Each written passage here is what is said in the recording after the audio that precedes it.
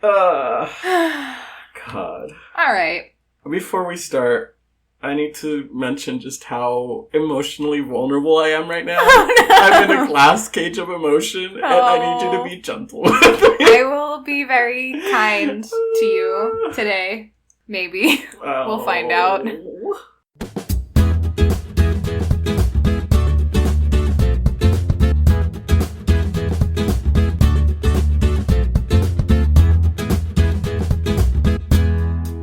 Welcome back to the Fic List. Woohoo! Yay! It's been, well, it won't have been a second for you guys, but it's been a second for Erin and I since we have recorded. Once again, I feel like we start every other episode that way. I wonder why that might be. Because life is hard and we are adults. Yeah, we are. We do have to, pay bills and shit. We're here. We're queer.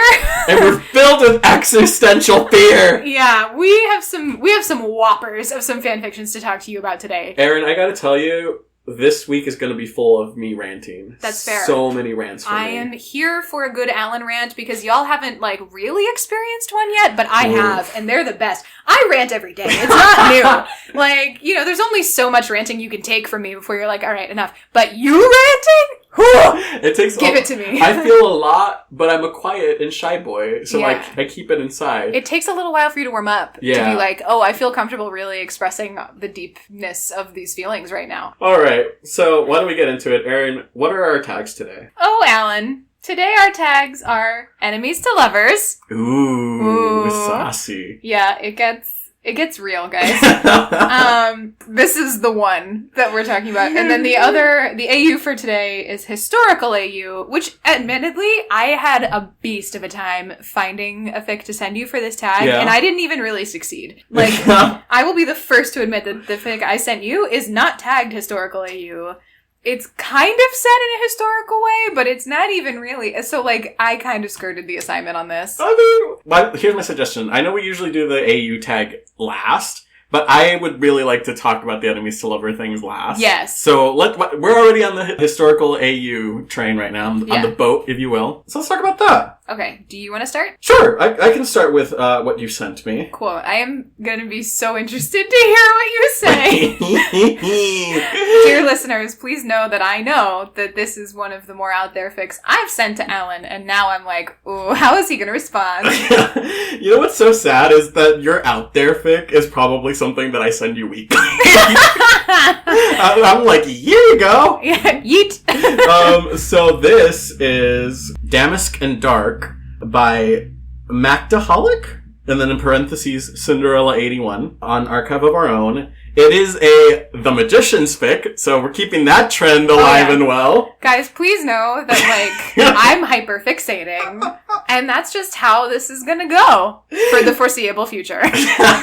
So, the summary is, Quentin was born and raised in the small magical community of Breakbills, which sprung up around the well-known magical college Breakbills University. The older families in Breakbills could all trace their magical lineage back generations, many to the founding of Breakbills itself. Newer families were moving to Breakbills, wanting to immerse themselves in the magic, but the older families were still the majority.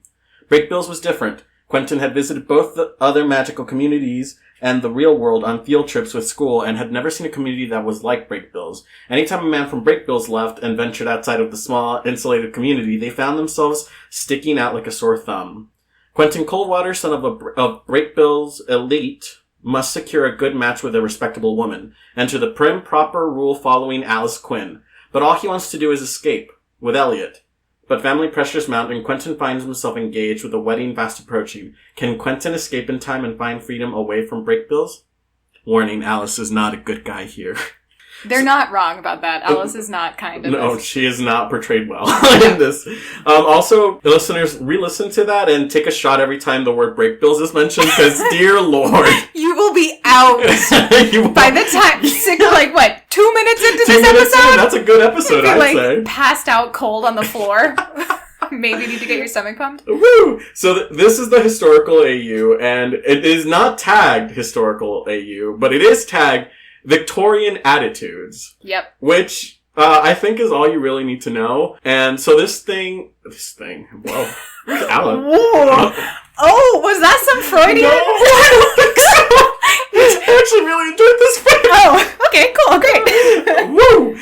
I'm running on 11 hours of sleep for the last 2 days. Leave me alone. Alan's a little hype, y'all. Y'all, you don't even understand. Okay, I'll explain later. But this fic takes all of those, like, Victorian traditions of, like, you know, a gentleman caller and then courting and, like, the public outings and all of that stuff, but gender reverses it so that Quentin is, like, the Victorian woman at the time. And so the women are the ones who wear the suits and do the courting and all of that stuff.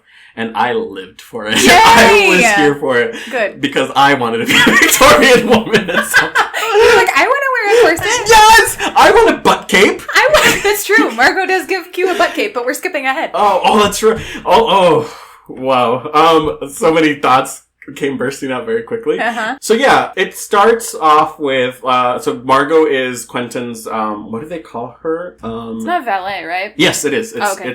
It's his valet, which I always thought valet were the people that parked your cars and brought them to the front. I think historically it was more of an assistant or attendant. Yeah. Or at least that's how it's used in this. Yeah, and it starts like every day, like Margot wakes up, Quentin bathes in milk. Yep. And then, you know, gets made up, dolled up with his long waist-length hair. The hair is important, by the way. Oh, yeah. Yeah, so in this universe, unmarried men leave their hair, like they don't cut their hair until their wedding night. Like it's a thing that their new wife gets to do to them. There are certain, like, not great elements of this construct, and that's one of them, is like they really lose control over their bodily autonomy upon marriage. Mm-hmm. So the haircutting is one of those things. Quentin, you know, goes about his day and he like meets the people he needs to meet, he does his lessons, and then he lives for the moments where he can like run off to this field to hang out with Elliot. Mm-hmm. Very domestic right off the bat, too. Like, it's like, oh, we're just friends, but here, rub my feet. Are you at all surprised that that's the shit I go for? Like, no, honestly, no. But it's very sweet, and the whole thing is that it's very much like that society type thing where after they reach the age of, what is it, like 22 or something, if you're not married, you're technically, like, considered, like a spinster. Yeah. So, something happened with Elliot that I don't know is fully explained, but he, like, chose to not marry anyone. He cut his hair. And cut his hair, yeah. Yeah, he decided, like, I think it was actually that he really just cut his hair and, like, decided to flout societal expectations. But he also comes from, like, a well-to-do-ish family, and so he's often, you know, being a bad boy or whatever. And it was just so funny, because he, like, mostly just cuddles Quentin. Very true. But that's, like, the bad boy aesthetic here. Yeah, apparently. I mean, the whole time they were together, I was like, scandalous. Quentin's feet are on Elliot's lap. Yeah. Why, I'd never. It's very like, ankle? Yep. But wrist? I don't know what it is about how it's written, but it very much feels like a bad boy thing. Right. Like, I don't know. So you find out that Elliot is, like, talking about, like, saving up some money to leave for a big city, to leave break bills. And I think Margot is in on it, like, and it's them too. And Quentin at some point was like, well, would you take me with you? And Elliot is like, yeah, I won't leave you behind. He starts being courted by Alice Quinn, who is really not nice to him in a lot of ways. And he's like, please don't leave me with her. Like, please do not let her do this to me. And Elliot's like, I would never. Yeah. Because I love you. But that's never so. Not at first, at least. Yeah. So they go through the whole courting process where Alice Quinn is like, you know, calls on Quentin and like they go on public outings to the yearly festival and God, Alice buys Quentin like this brooch, a letter A with like white diamonds, and it's like really hideous. Yeah, and he's like, God, I had to wear that shit. Yeah. Like, ugh. And she's really like stiff, and this I think a little bit comes from the show, which you wouldn't necessarily know, but like Alice is sort of a character with not a lot of social graces, and this takes it a step further and makes it sort of like malicious, where she really is just like so regimented and committed to this traditional worldview. Like she's super conservative, and it comes out as really controlling, but also like weird and formal, and Quentin just hates every second of it. Yeah, she's very robotic. At least that's how she sounded in my head when I was reading her. Yeah, and that's a little bit coming from the show, but Alice isn't nearly this malicious in the show. I would hope not. So they go through all of that. Eventually, Quentin... Well, Elliot and Margot, and I think at this point Katie and Penny had also jumped in on this plan, and they're all like collectively saving money and looking for an apartment and looking for a car to leave. Quentin doesn't have money because, again, it's like well-to-do, but doesn't have money of his own. he realizes he needs to buy time for everyone for the preparations to be made, so he lets himself be courted, and then he gets engaged with Alice and sets a date for January, because that's when they were like, okay, by January we should have everything ready. And he's just like, well, I'm going to put all my eggs in this basket and hope that it works out for me. Please don't fuck this up. Yep. And you fast forward, they're planning the wedding. A lot of wedding planning happens, and he insists on the Temple of Demeter. And Alice is like, that's a lovely sentiment. It was like, the goddess of fertility, or of like, I don't remember what she said. Yeah. And Quentin's like, yeah, it's also really close to the edge of town, so I can just scoot. He's like, how can I get myself as close to the highway as humanly possible?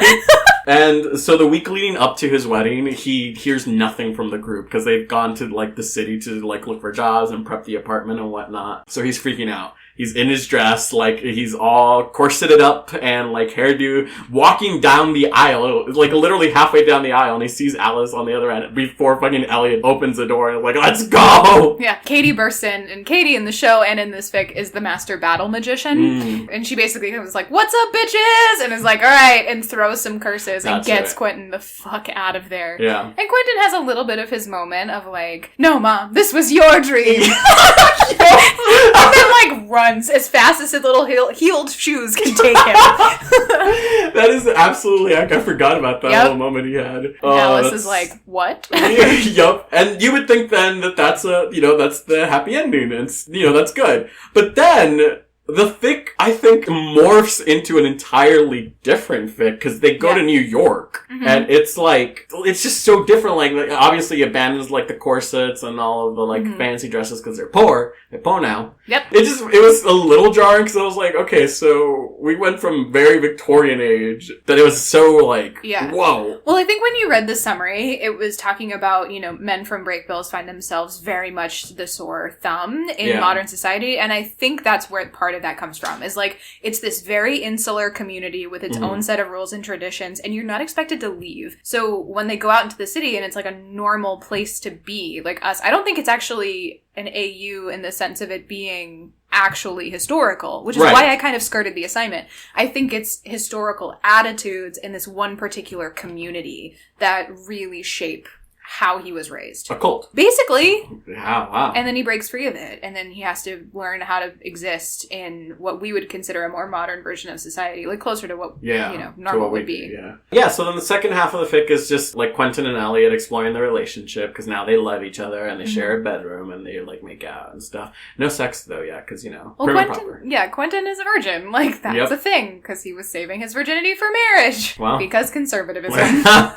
He gets a job at an antique store or some sort of, like, a watchmaker type thing. He's, getting into the swing of things, and at some point, I think it's like 2 or 3 months after they've been there, Alice comes into the store and it's like, come back, you're mine. I'm not leaving here without you. And Quentin's like, go fuck yourself. I'm not going with you. You never really wanted me. You just wanted a trophy. So go find any other trophy. I think Alice was just like, how dare you talk back to me, and then leaves. Yeah. Well, I think she's so taken aback by the fact that Quentin fights for himself for the first time, and truly fights for himself, and doesn't just, like, rely on somebody throwing curses behind him and then running, that she didn't expect it, so she doesn't really know what to do with it, and therefore just, like, leaves. Yeah, that makes sense. I guess that's pretty much the rest of it. Like, the rest of the fic is mostly Quentin and Elliot, like, deepening their relationship and saying I love you, and, like, working up to sex, to the point where Quentin tells Elliot, like, hey, I want you to cut my hair. And Elliot is like, oh, okay. And it's like this beautiful moment, and like, it's so cute. And then it ends when they have sex. It was out there. Yeah. I will give you that. I think I enjoyed it. I think what I had problem wrapping my head around was just the really, like, jolting shift of tone and pace. I just felt like they could have cut the story way sooner. And had it just been about, like, life in this community, and then, like, escape, and then that hopeful type thing, and yay. Or maybe it'd been, like, multi-chaptered. I would have been a little more satisfied, but I just felt, I don't know, it feels, like, not balanced in some way. That's fair. I think the reason I enjoy this so much is because I do often really enjoy fics where the characters undergo something difficult, traumatic, whatever it is, and they're given a chance to heal.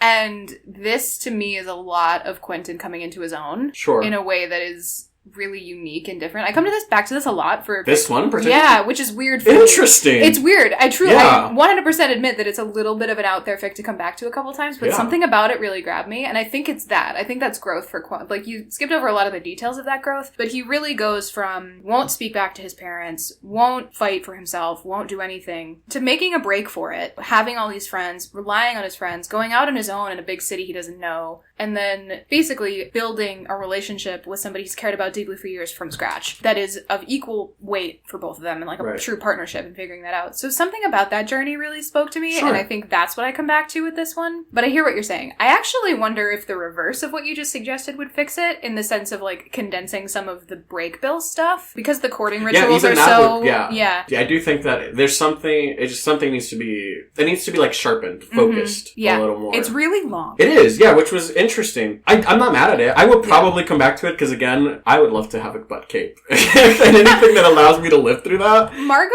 is like a fantastic character in this, because she dresses Quentin all the time and has to dress him certain ways for his parents' approval, but like goes out of her way to make him look really fucking good, including like draping beautiful fabric across him and being like, now you have a butt cape. And Quentin's like, I don't know how I feel about the butt cape, and she's like, shut up, you look great.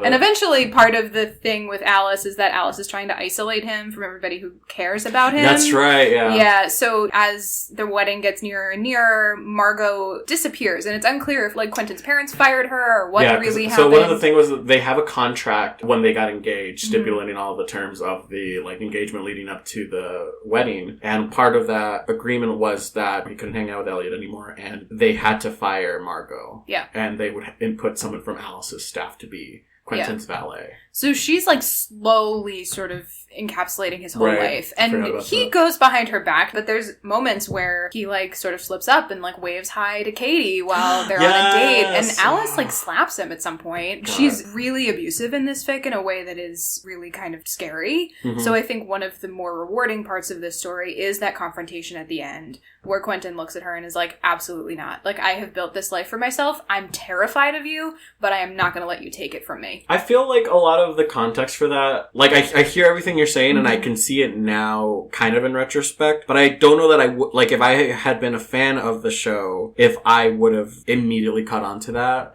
Like, I feel you are in a place right now, see last episode. Hear my rant from before. I won't go into that rant again, but please feel welcome to listen to it. I think you and a lot of the people in this community particularly are still looking for healing and like looking for that type of fic, and I can see where you would find it in something like this. Yeah, I think that's part of why I'm so hyperfixated on Quelliot in particular right now, is because it's very much the fic in which a lot of healing is happening. The fandom understands these characters in ways that I think is really deep, and it's very true to like a lot of people's experiences with difficult things like abuse or mental health issues and stuff like that. Yeah. So fic is going there. And it's really great to read these characters survive and win. Yeah. When that's not what happened in the show. Let me ask you, Erin, though, how many fan fictions do you ever read where they don't win? Is this what you're reading?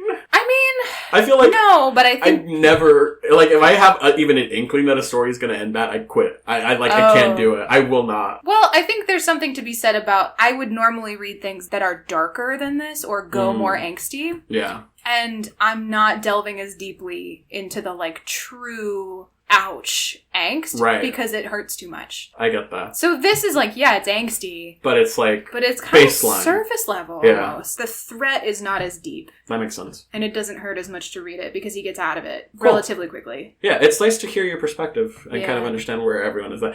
Because I'm friends with you and doing this podcast, I've been more attuned to like people's reactions to the magicians, and it, like my heart bleeds for y'all, and I just want y'all to be happy. So I think overall, I would give it like a solid 3.0. Okay, that's actually higher than I thought you were going to go. I definitely thought you were going to hit it 2. I thought so, but see, to me, my scale is very, like, I'm a nice person.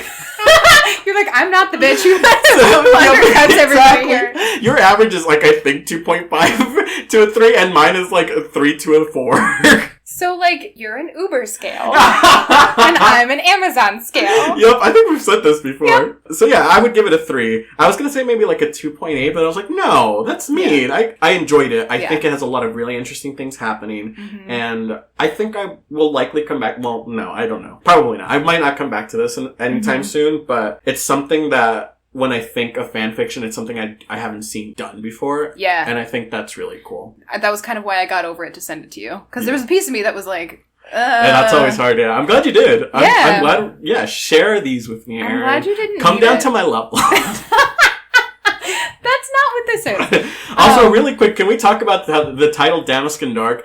It has to be a reference to Sweeney Todd. It's from Greenfinch and Linen Bird. I hadn't thought of that. I'm a terrible theater person. The only reason I know this is because I was singing this earlier this week. I know Sweeney Todd so well. How did I miss that? Unless there's some other Damask and Dark saying out there that is really obvious. That's the first thing I thought. I was like, oh. Maybe the hair cutting thing, but it's like murder. It's Joanna's song, right. Like about being a bird stuck in a cage. Oh, guys, I missed all of it. I didn't pick up on this at all. Well, next time when you read through it, now you'll know. Now I'll just be singing Greenfinch and Linen Bird, Nightingale, Blackbird, sing. Incredible. So this podcast is now going to be... Oh, I know the words. I was just like... I know you didn't. I don't. This podcast is now going to be just us singing the score to Sweeney Todd. Yeah, really. No, this is great. I'm glad you didn't hate it, because I was a little worried you were going to be like, what the fuck, kid? So what did I send you, Erin? You sent me a fandom, which I didn't realize that's what it was called, but that's actually really adorable. Dan and Phil, RPF fic. I think it's interesting that we're talking about this post, the coming out YouTube video. I purposefully looked for one in this fandom to talk about this. Okay, great. Let me rehash it first, and then you can go on a rant. Welcome to my rant. Yeah. This is my week, everyone. Anyway, so the fic you sent me is Dan and Phil. It's a historical AU set in the 50s, and it's called While Our Blood's Still Young by Celestialfics, which is an orphan account. So I looked this up. Apparently, when you no longer want to have your account or something, but you don't want your stories to go away, you can credit it to this orphan account. And you can either have the original author's credit there while also saying that it's been orphaned, or instead of saying Celestialfics, it can just be under an orphan account if you don't ever want it to get back that there's a connection to you, which is really interesting to me. This is something that's interesting to think about in terms of when people are really nervous about fan fiction and a little bit ashamed of it, maybe a little bit nervous about it, getting out that they write it, connecting it back to you. Having this as an option in AO3 is really interesting. We can talk about it more. The summary of this fic is, in the midst of 1950s America, Phil works at a malt shop that Dan frequents after school. Inevitably, as their relationship progresses, the two boys face unrelenting adversity in a world that does not yet see all love as equal. It's a pretty short one-shot. It's not a drabble by any stretch. No. But it's not a particularly long narrative. It starts with Dan visiting the malt shop where Phil works. And he's sitting at the counter next to this very pretty girl and is like, I know I'm supposed to say something to her, but what? How? I do not understand the women. And I'm like, it's because you're gay, baby. But it's fine. He doesn't know that yet. He has a little bit of moment of I know what I'm supposed to be. Yeah. But I can't really do it. And eventually, so the girl, kind of goes to talk to him, and he starts to think about talking to her, and they're interrupted by Phil, who comes over and is like, hey, Annie, having a good date? And Dan's like, God damn it. And Annie's like, yeah, it's cool. I was just about to introduce myself. Hi. And they kind of have this stilted conversation. And Phil sort of navigates it and then gets pulled away. And they talk, and Dan is clearly not interested in her. She's just like, yeah, that's Phil. He's my cousin. He likes to, he works here, and it's a thing. And Dan's like, cool. He goes back to his malt. And she's like, great. And then just kind of beats it with her friends. Yep. So then Phil comes over and starts drinking Dan's malt. And is like, that went poorly. How you doing, bud?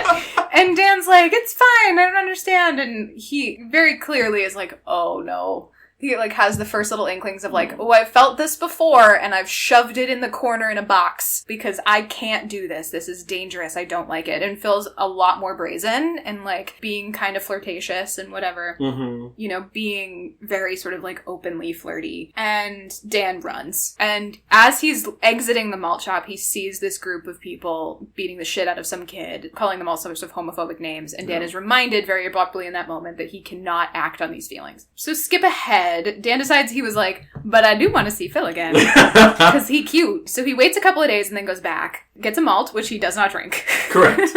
And is very excited that Phil, like, remembers him and interacts with him and is, like, flirting with him again. So they kind of go on a bit of a date. And it's not officially that, but it's kind of coded as that. And Dan is certainly happy about it. And Phil is pleased as punch. So Phil drinks his malt again. It's very cute.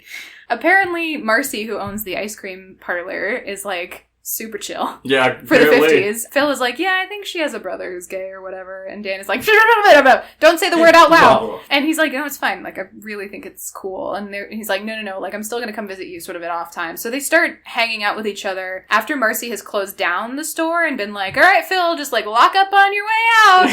Have fun doing what you're doing. It's cool. And then Dan's like, oh, good. And then Dan and Phil, like, sit and share a malt. And by share, I mean Phil drinks the malt that Dan has purchased. Correct. Over and over and over again. Their thing. And they get to know each other, and they're, like, really clearly into each other and having, like, cute little dates. And Phil officially asks him on a date. Yeah, he does. And Dan just, like, chokes, and he goes, like, seriously? And Phil's like, yeah, I think it'd be cool. Like, let's do this. So they decide to go on a date together, and the next weekend, Phil, like, drives up. Dan has told his parents that he's going out with Phil, and then they're meeting up with some girls at the drive-in. That is a lie. That's not true. Incorrect. It's just Phil. But Dan lives with his mom and his aunt, because his dad died in World War II. And while his mom really could give less of a shit, she's, like, sort of traumatized by losing her husband, and doesn't really talk to Dan very much and lets him do whatever he wants. His aunt is really interested and kind of wants to meet Phil and, like, has some questions, but Dan just kind of, like, scoots them right out the door and is like, go. Okay, go, like, get in the car, we're running, and then they do. So they go see a Disney movie, something about dogs. I don't know, is what it says. So we know what movie it is. 101 Dalmatians. No. It's Lady and the Tramp. It could have been 101 Dalmatians. It could have been 101 Dalmatians. I actually don't know when that was released. So Yeah, it might I don't have been like either. the 60s. So they go to the drive-in, and it's so quintessential 50s movies, and it's so fucking cute, because Phil, like, takes out some cigarettes to, like, smoke one, and he's like, do you want whatever? And Dan's like, yeah, sure, and he goes to smoke, and he's never smoked a cigarette before, so he, like, absolutely chokes. He's like, God, I hated it, and Phil's like, have you never done that before? And he's like, nope, it was bad, I don't understand. And we've all been there, listeners. Everyone has taken the first drag of a cigarette and be like, I don't get it. Except me. God damn it, Erin. Sorry, I'm not fun. It's okay. It's not good. I co-host a fanfiction podcast. Do I look cool enough? I co-host a fanfiction podcast and I've done it. You have blue hair. You're cooler than me. So over that cigarette, actually, they do have a somewhat important conversation where Dan is like, oh, that was gross. I really don't understand why everybody does this. And Phil was like, I guess we all do it to conform. And Dan's like, I don't really see you as the type to conform. And Phil sort of hints, and he's like, there's only so much sticking out you want to do. And that's sort of the first moment where you see that there's a little crack in the veneer of Phil being really confident in who he is, which comes up later, but it's sort of the first time that Phil really has a moment of like, no, like, I'm aware that what we're doing is not kosher here, but I'm choosing it anyway, which is actually kind of great. So they make out in the back of a car. Because that's what you go, what is it? You think anyone comes here to actually watch the movie? Yeah. Phil asks. So they make out at the drive-in, which is like so romantic. Oh my god. The dream. I want nothing to do with the 50s in terms of like actual societal mores or anything like that, but like the romance of the time is very everything like, was so grand, and there was this feeling of like euphoria because we were just coming out of World War II. The economy had been fixed from the Great Depression. Yeah, and there's like, it's a double-edged sword because a lot of the constrictions and constraints of society made subverting them very exciting and like, ooh, I'm gonna go be like a bad kid and like I'm gonna go do, you know, take the rules and flaunt them, and like that's very exciting in a way that I don't think we have today because we don't have the same level of sort of like societal, like very strict etiquette rules that are uniform as back in the day. So going and making out in a drive-in movie now just feels quaint. It's just different. Like, it's not a different thing. And I would never go back to that time, but I think there's something appealing about that time for I romance. get that, yeah. Yeah, my queer ass would not do well. No, my brown queer ass would not either. Yeah. There's a lot of reasons not to go back to the 50s, friends. Many. So, yeah, so they make out in the car and it's great. Dan goes home and it's great and he's, like, really exciting. And then they keep, hanging out after all of Phil's shifts at the ice cream parlor, and Marcy is very happily looking the other way and doing their thing. And then something happens that sort of shakes their little world, and Dan has been acting more, quote, outrightly gay, end quote, in public. And the people who've been beating up that kid in the first half of the fic come for Dan and do literally beat the shit out of him, crack some ribs and bash his face in and really go for him. Marcy chases them off with a revolver. We love Marcy. We stand Marcy. An icon. Marcy is the original LGBTQ ally. Yeah. Sure. And I just love her dearly, and I just see her turning the corner with this pistol in her hand, ready to buck shit up and throw down, and I love it. So she takes Dan back to the parlor, and then Phil is there. And Phil's like, I'm taking you home. And Dan's like, I cannot go back to my house like this. I can't, you cannot take me back. And he goes, no, to my house. I'm taking you back to clean up. And he's like, okay. So they clean up. Dan is wallowing in self-pity. And Phil is That's what to do. Yep, super angry. And Dan sort of alludes to, he's like, we're going to go around the back. I don't want my dad to see you. And that is, again, sort of foreshadowing of things to come. So Phil cleans Dan up and they have a conversation. And Dan's like, I do not want you to retaliate. I don't want you to do anything about this. And Phil's like, what are you talking about? And Dan's like, it's my fault. Mm-hmm. And Phil's like, what the fuck are you talking about? He's like, well, I was acting queer. And Phil's like, absolutely not. This is not your fault that you got beat up for this. And Dan is like, but I knew what I was doing. And I knew that this was dangerous. And Phil doesn't really have a response to that because he's not wrong in some ways, even though it is deeply shitty. So they just kind of have this moment of reality really bursting their bubble a little bit, and it's real sad. So they go back to sort of life, but he did have to go home eventually, and his mom and aunt see the bruises. He tells them he got robbed, so they're like, you cannot go out at night. So all of the after hours hanging out with Phil at the malt shop stop. He's not allowed to really see him outside. They don't know that Phil was connected at all, but they just have him on such a tight leach that he never gets to spend any time with Phil. Come home straight from school. So they don't really get to go on dates anymore, but Phil, ever the, doting boyfriend here, shows up late at night and is throwing rocks at the window, knocking on the window. I was like, climb out the window, come into my car, we're gonna go. Mm-hmm. They go and they have a nice sort of looking at the stars kind of date, which again, so fucking romantic. Hale Appleman, please take me on that date. Hale Appleman, if you're listening, we're available. Yeah, please pick me. I have a lot of feelings.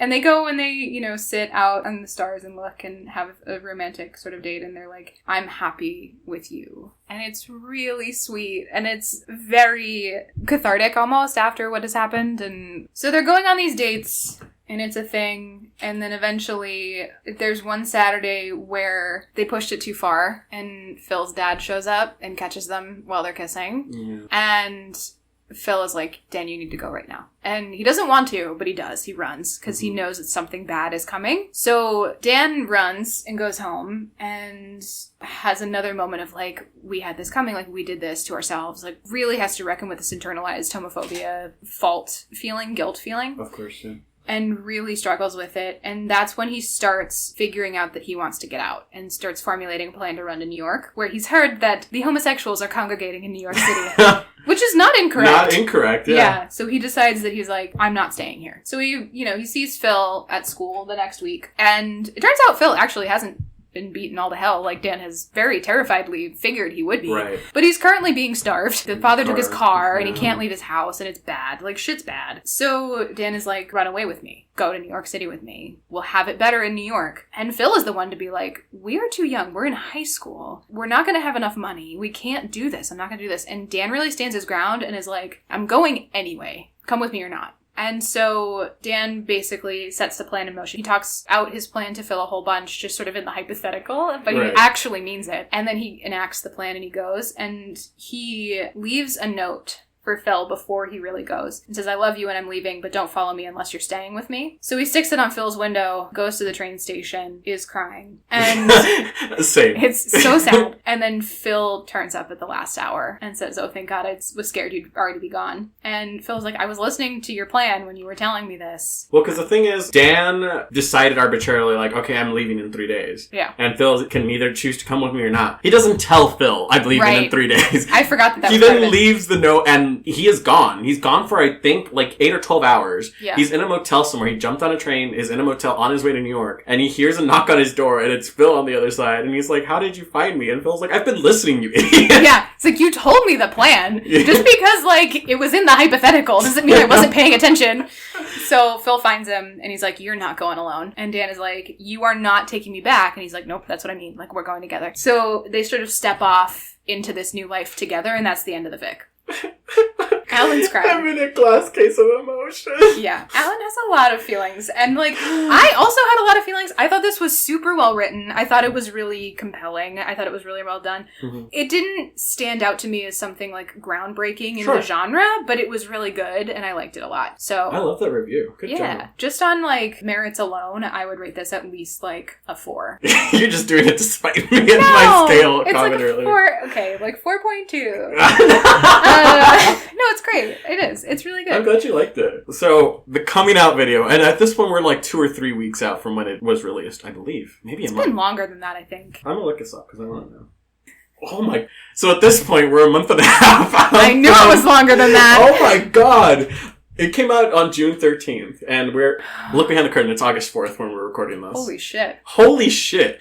So, picture it. I get home from work one day, take my shoes off, I lay on the bed, because every time I get home from, like, anything, I, like, lay down on the bed for, like, 5 minutes and then just decompress from, the, you know, the outside world. And then I get on my phone, I get on YouTube, and the first fucking video waiting for me is Dan's, basically, I'm gay video, marked at 42 minutes, and I was like, oh my god. You're like, shit's about to get real. I transcended Erin. It was an out-of-body experience. Yeah. Because, okay, here's the thing. Oh my god!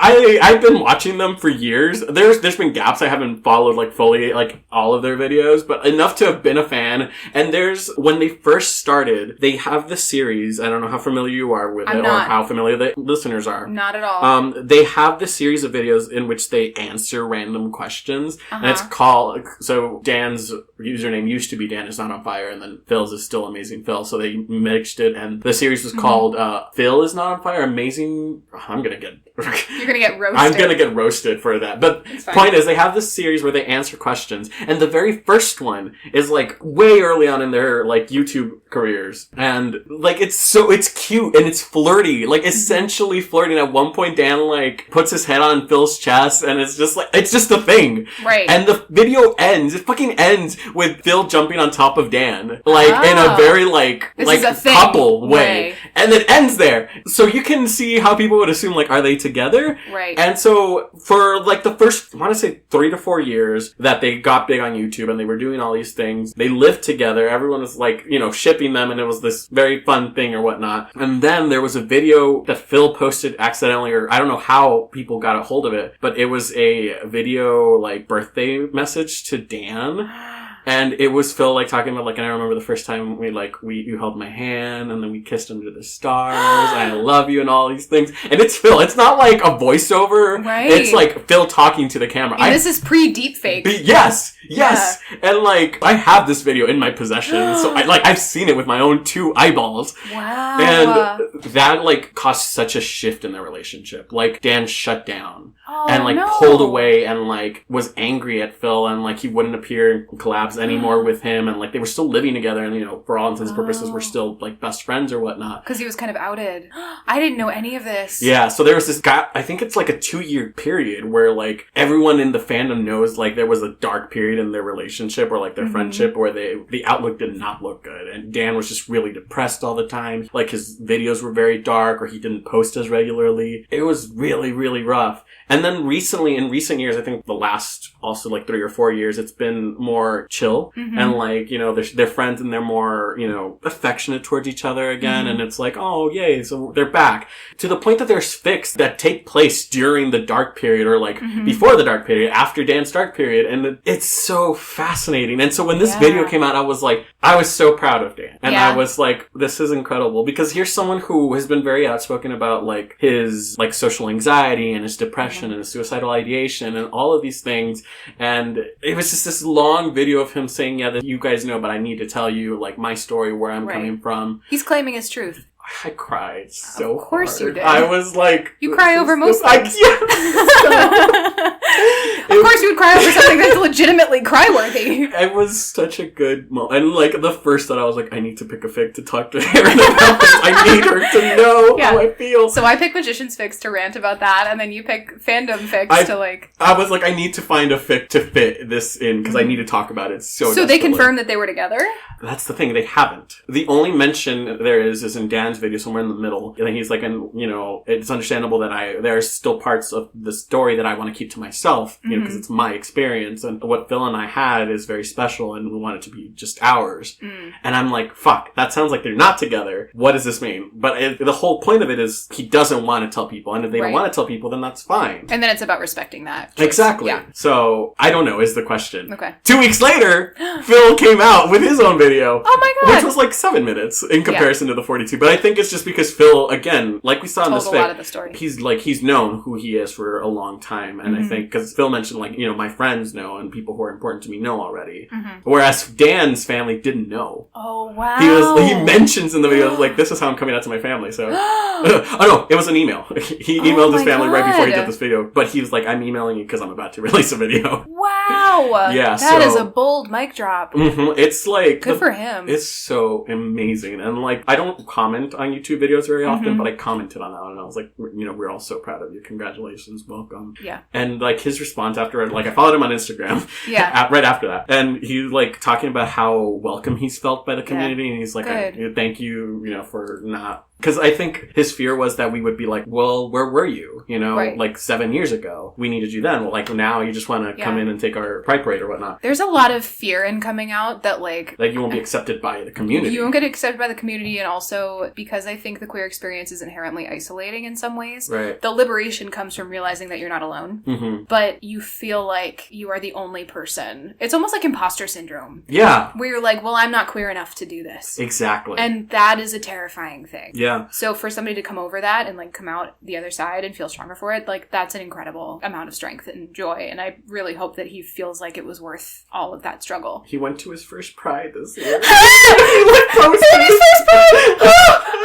I love first Pride stories. That was incredible. Pride is so important. And like, I can talk about Pride forever, but like, holy shit, first Prides are so important. He was so happy. Oh my god. He was wearing like black and rainbow because black is his aesthetic. Yeah. And like he, in the video, he like said, we're here, we're queer, we're filled with existential fear. And like he's got that on the shirt. Got it. He understands it so well. His brand is He's so queer. good. I was like, you're one of us, baby. Come Welcome. here. Welcome. I don't know about you. My first Pride was the first time that I didn't feel like such a freak. Oh, interesting. Yeah. I think particularly being asexual is really isolating because it's not a hyper visible identity. Right. And actually there's been some issues with like Tumblr communities being purged of asexuals and all that kind of stuff. Awful. So seeing ace flags and being welcome in a Pride space was one of the first times where I was like, oh, I'm part of this. I'm not pretending to be queer for woke points, which is my like little like heart fear. Yeah. Of course. So first Prides mean so much. Yeah. So my first Pride, I was 21. I had moved from home and it was my first time where I was like an adult. I had a job and I could like go out with friends and stuff. And it was at Austin. It was an Austin Pride. Austin does their fucking Pride in August. Yeah. And I'm like, apparently, I know this from Hale Appleman. Apparently, so does Vancouver. Why? Yeah, the Pride whole places do. In June. I but know. any whomst. Yeah. I hate you so much. So my first Pride was at Austin Pride. I was 21. I went with like some of my bestest friends and some of their bestest friends.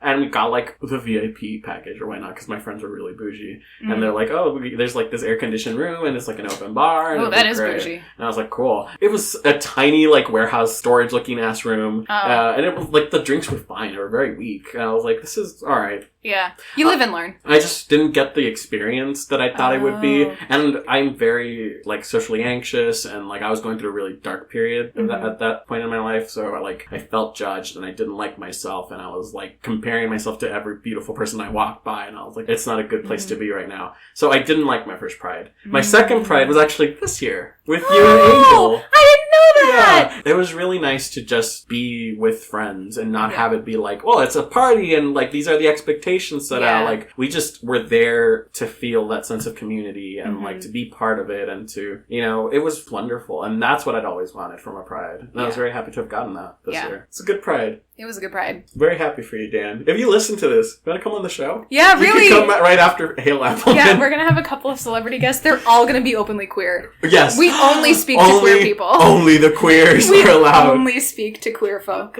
which is hilarious. Incredible. Yeah. All right, should we move on to our next tag? Yeah. Which is enemies to lovers, and I think it's pretty self-explanatory. Oh, but I love enemies to lovers. It's great. Well, it's also worth mentioning that we said enemies to lovers and not enemies to friends to lovers. I think I sent you enemies to friends to lovers anyway. 100%. Yeah. So there is technically a difference. And I didn't realize that until I read yours. Yeah. And I didn't think about it when I sent it to you. But yeah, there's a difference. So the enemies to lovers is usually, oh, I hate this person, and then, oh, we're fucking. Yeah. We've all been there, listeners. Yeah, as opposed to enemies, like, oh, I can't stand this person, and then like, oh, actually, I was wrong about this person, and then, oh, I really like this person. Yeah. Which is more what I sent Alan. Yep. Yeah. I need you to talk about yours first. Okay. The one I sent to you. Oh, okay. So, Alan... It's happened, people. It has happened. The time has come. Alan sent me Naruto. Yep. Fanfic. Welcome. Friendos.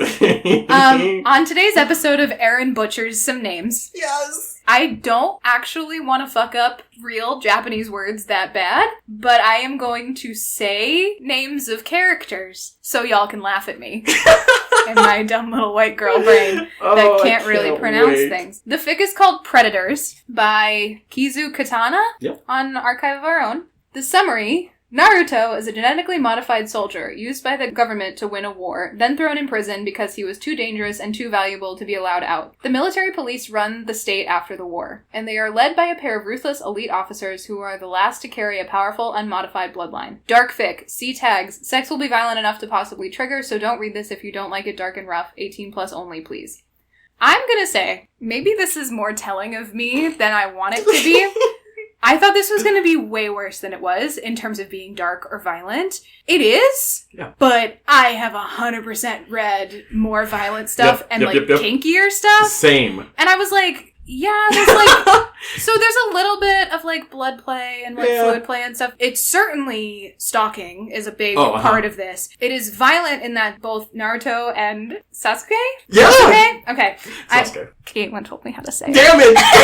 I was like, Sasuke. I would have probably said Sasuke if I hadn't known. That's fair, yeah. That was the one I was worried about because I was like, she's gonna have to go over the whole fic reading that name. Yeah, so Sasuke, they're both like murderers. Like they actively kill people in this. Yep. So it is violent in that sense. If you are somebody who reads a lot of fanfic, you've probably read worse. I'd be willing to bet my hat. It's actually not as dark as the tags led me to believe. That said, this is really super well done. I don't think I'm gonna like play by play a lot of this, but the rough outline of the story is that Naruto is in prison for being genetically modified. He has all of these enhanced senses, which is reiterated multiple times in this fic. At one point I was like, if I read the word enhanced vision one more time, I'm gonna lose it. How will you know that his vision's enhanced? Every single time he sees a thing, it's like, he saw it with his enhanced vision. I'm like, I know that. You've told me. It would be like if people were like, Erin looked at Alan with her eyeballs. Yeah, with her regular people eyeballs through her glasses because she has bad eyesight. So Naruto's in a prison and he's classified as the super dangerous Gmod is what they call them. And the guards will only go into his cell once a day, like a crew of 6 of them to feed him. And he's like, yeah, I could break out anytime I want, but like I'm not going to because what's out there for me? And then Sasuke shows up and he is the first person who actually intrigues Naruto in any way. He also smells handles everything. Yeah. This Naruto. He's like... This Naruto. He is like, I can smell the confidence on him and like literally smell emotions. Mm-hmm. And I was like, okay. I'll accept this premise, but sure. And the guards of the prison have been trying to get him to, in their words, mate with a woman. Yeah. They've been throwing various hookers and women at him, and he has never had any interest and always been like, well, they smell like they're afraid of me. But Sasuke shows up and he's like, you smell attractive. And this is the first time that he ever really feels like a spike of like, oh, I'm intrigued by you. Yeah. So a couple weeks later, he breaks out of this prison because it's so easy for him to do that he just basically was like, I'm out. And like, kills all the guards and like goes into hiding and immediately starts stalking Sasuke. And Sasuke is a police officer, essentially, like an elite police officer in like the highest special forces unit in the land. So he's on missions and doing stuff, and then at night he's like screwing these hookers all the time. And Sasuke is like in this apartment, and Naruto's like watching him screw these women. I don't love the way that this fic handles women because they're treated really poorly. However, I think narratively it fits within the scope of what these characters would consider women to be, which is essentially just vessels for their own pleasure. And so I understand where it was coming from, even though I was like, oh, this is gross. Yeah, I guess so. I don't count it as a knock against it because it wasn't like, oh, this is glorifying this thing. It's like, oh, no, this is who these characters are. And so from that perspective, yeah, it's kind of dark and it's not great. And so if that triggers you, definitely don't read this. Correct. So eventually, Naruto starts screwing the hookers after they've left Sasuke's house because he wants to screw Sasuke. Yep. The names are great, honey. Don't lie to me. So that's where some of the like racier sex stuff comes into play, where he's just like, I'm gonna eat this girl out because she has his you know what in her. I'm sorry? I'm not saying it. It's too far. Woo! I can do a lot of things. That's not one of them. You said you've read racier things. Erin. I've read them. I haven't talked about them. Please be kind to me. This was a lot, Alan. This is a lot to talk about. I'm still angry at you. I know. Just wait for it, guys. Just you wait. But eventually Sasuke catches on that Naruto has been stalking him and basically lays a trap for Naruto. But there's also a trap for Sasuke in play because the government is trying to track down Sasuke and his brother Itachi? Yeah. Okay. So Sasuke and his brother Itachi, who were the last of this pure bloodline situation that poses sort of the last threat to this government. So the whole fic is mostly Sasuke and Naruto making a deal that Naruto is going to help Sasuke take down this government entity that has set him up and like is trying to assassinate him and get rid of him and his brother. They do so successfully, like over the course of the fic they do. They have sex a couple of times, like once in a warehouse, and Naruto's super into it and like Sasuke's super into it, but Sasuke's playing it real cool. And then Naruto's like, it's cool, I'll just go like jack off in the bathroom when you're done and then like not talk about this. And Sasuke's like, okay, this is cool. And then around the same time, Gaara shows up, who is another Gmod soldier. And is like, so why are you still here? Like, I'm confused. And he's like, well, why are you still here? And he's like, well, when you broke out of prison, a bunch of us broke out of prison. Because, like, you just kind of left a hole in the wall. So I'm going to go get my sister. The thing there is that Naruto purposefully went and, like, shut down the power to open the cells. Yeah, and he was like, I figured you all would just, like, book it and run. And Gaara's like, well, my sister is still here. And Naruto's like, you have a sister? And he was like, yeah, we technically all had family. And he was like, what? And they were like, yeah, either your family gave you up to the program or they were killed. And Naruto's like, great, so either way I'm fucked. Delightful. But Gaara's like, well, if you need me, holler. I've been actually keeping an eye on things behind your back and making sure that you're good. What's up with this Sasuke guy? I don't need to know. And then like goes to like save his sister and is like, I'm just gonna keep keeping an eye on you. And that's really how Naruto figures out that there's foul play here with the government trying to get rid of Sasuke. Because Naruto is a soldier, and he says this a lot, he's brute force. He's not a strategic thinker. And he's not somebody who really thinks through tactics the same way that Sasuke does. Right. Sasuke is very manipulative and very tactic forward. He's smart as a whip and very strong and can kill people very easily, but he is the brains of this operation. Yep. So that was sort of the first moment where Naruto's like, oh, there's more to this than whatever. So, you know, he goes back to Sasuke and they're like, okay, well, Sasuke tries to figure out who in the government is in on it and so the whole thing is that Gaara's sister is like a high-ranking cyber security member for the government. So she has access to the satellite cameras the government does. And she's been hacking into the mainframe to look for any time that she sees Naruto out on the street and deletes that footage. There's an incident wherein Naruto follows Sasuke, and Sasuke and Itachi were about to go into like an assassination, basically. And Naruto... They were set up. Yeah, they were set up, and Naruto warns them. And then they have an all-out battle, and Naruto helps. And afterwards, Gaara asks his sister to go in and delete that footage, and the sister tells him, I've deleted it, but someone was watching the camera and moved the camera to be looking there to make sure that the assassination went through. So someone knows that Naruto's alive. There's only, they say, like 10 people in the government who have access to be able to move those cameras. And only like 2 of them are able to move those cameras without putting it in order. So that's how they're like slowly narrowing down, okay, it has to be these people, it has to be these people. And that's kind of what the whole middle of the fic is Sasuke being like, okay, I know. And we mostly see this from Naruto's point of view. So we don't know what Sasuke's planning or what his strategies are. But Sasuke knows all of this. And so we as the readers are kind of like, well, I don't know what anything is happening, but great. But like, I'm super into Sasuke. Like, he's cute. He smells great. He smells great with my enhanced smelling.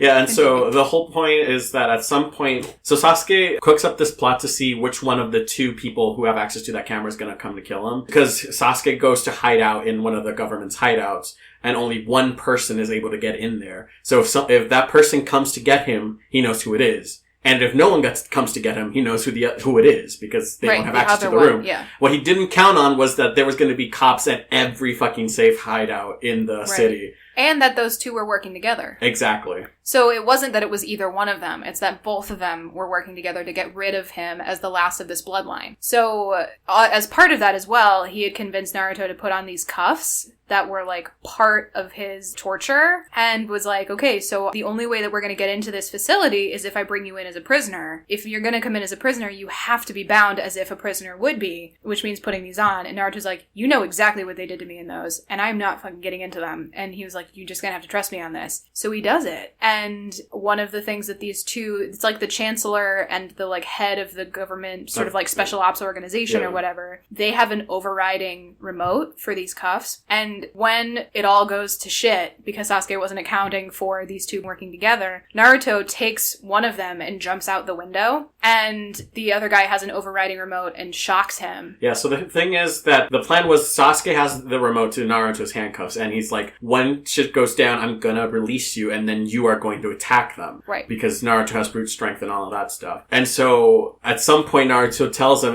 they're both in on it, let me out so that I can help. And Sasuke doesn't. And then Naruto hears the tasing about to come. He hears the handcuffs turn on, and he knows in the back of his head, he's like, I've got 30 seconds before they shock me. And fuck Sasuke and fuck everyone if they think that they're gonna get me alive. Right. So he runs out the window and he takes the guy, so there's actually a third person, the guy who was running the Gmod experiments. He takes him, tells Sasuke, you better hope I don't live after this. Jumps out the fucking window, 6 stories high, and then is shocked. Yeah, because he believes he's been betrayed by Sasuke in that moment, which is what the 2 who are in charge are hoping for, because they want Naruto to turn on Sasuke so that they can assassinate Sasuke in that moment and claim it like, oh, this was all like... He endangered the Chancellor's life. Yeah, it was like a whole thing. So that's sort of the penultimate moment of this fic. Like, that's basically chapter 9 out of 10. Yeah. And then there is a brief window where we re-see some of the scenes that we've lived through, but through Sasuke's perspective instead of Naruto, where he's like, okay, so this is why I'm interested in Naruto. He's like, I'm actually, like, intrigued by this guy, which the whole time he's been very cold and, like, very controlling. He's referred to him as, like, my weapon all the time because he's a soldier and it's a thing. And I was like, okay. And then it's a little bit like Dom sub thing, but, like, not even really. It's just, like, he's pretty controlling. Yeah. And it's, like, a little BDSM-y, but, like, whatever. And so Sasuke, like, you re-see some of it from his perspective and what he's thinking, and they rehash it. Eventually he just like it catches back up with the narrative, and he's like, I don't know if Naruto survived this, I really hope he did, I need to find him.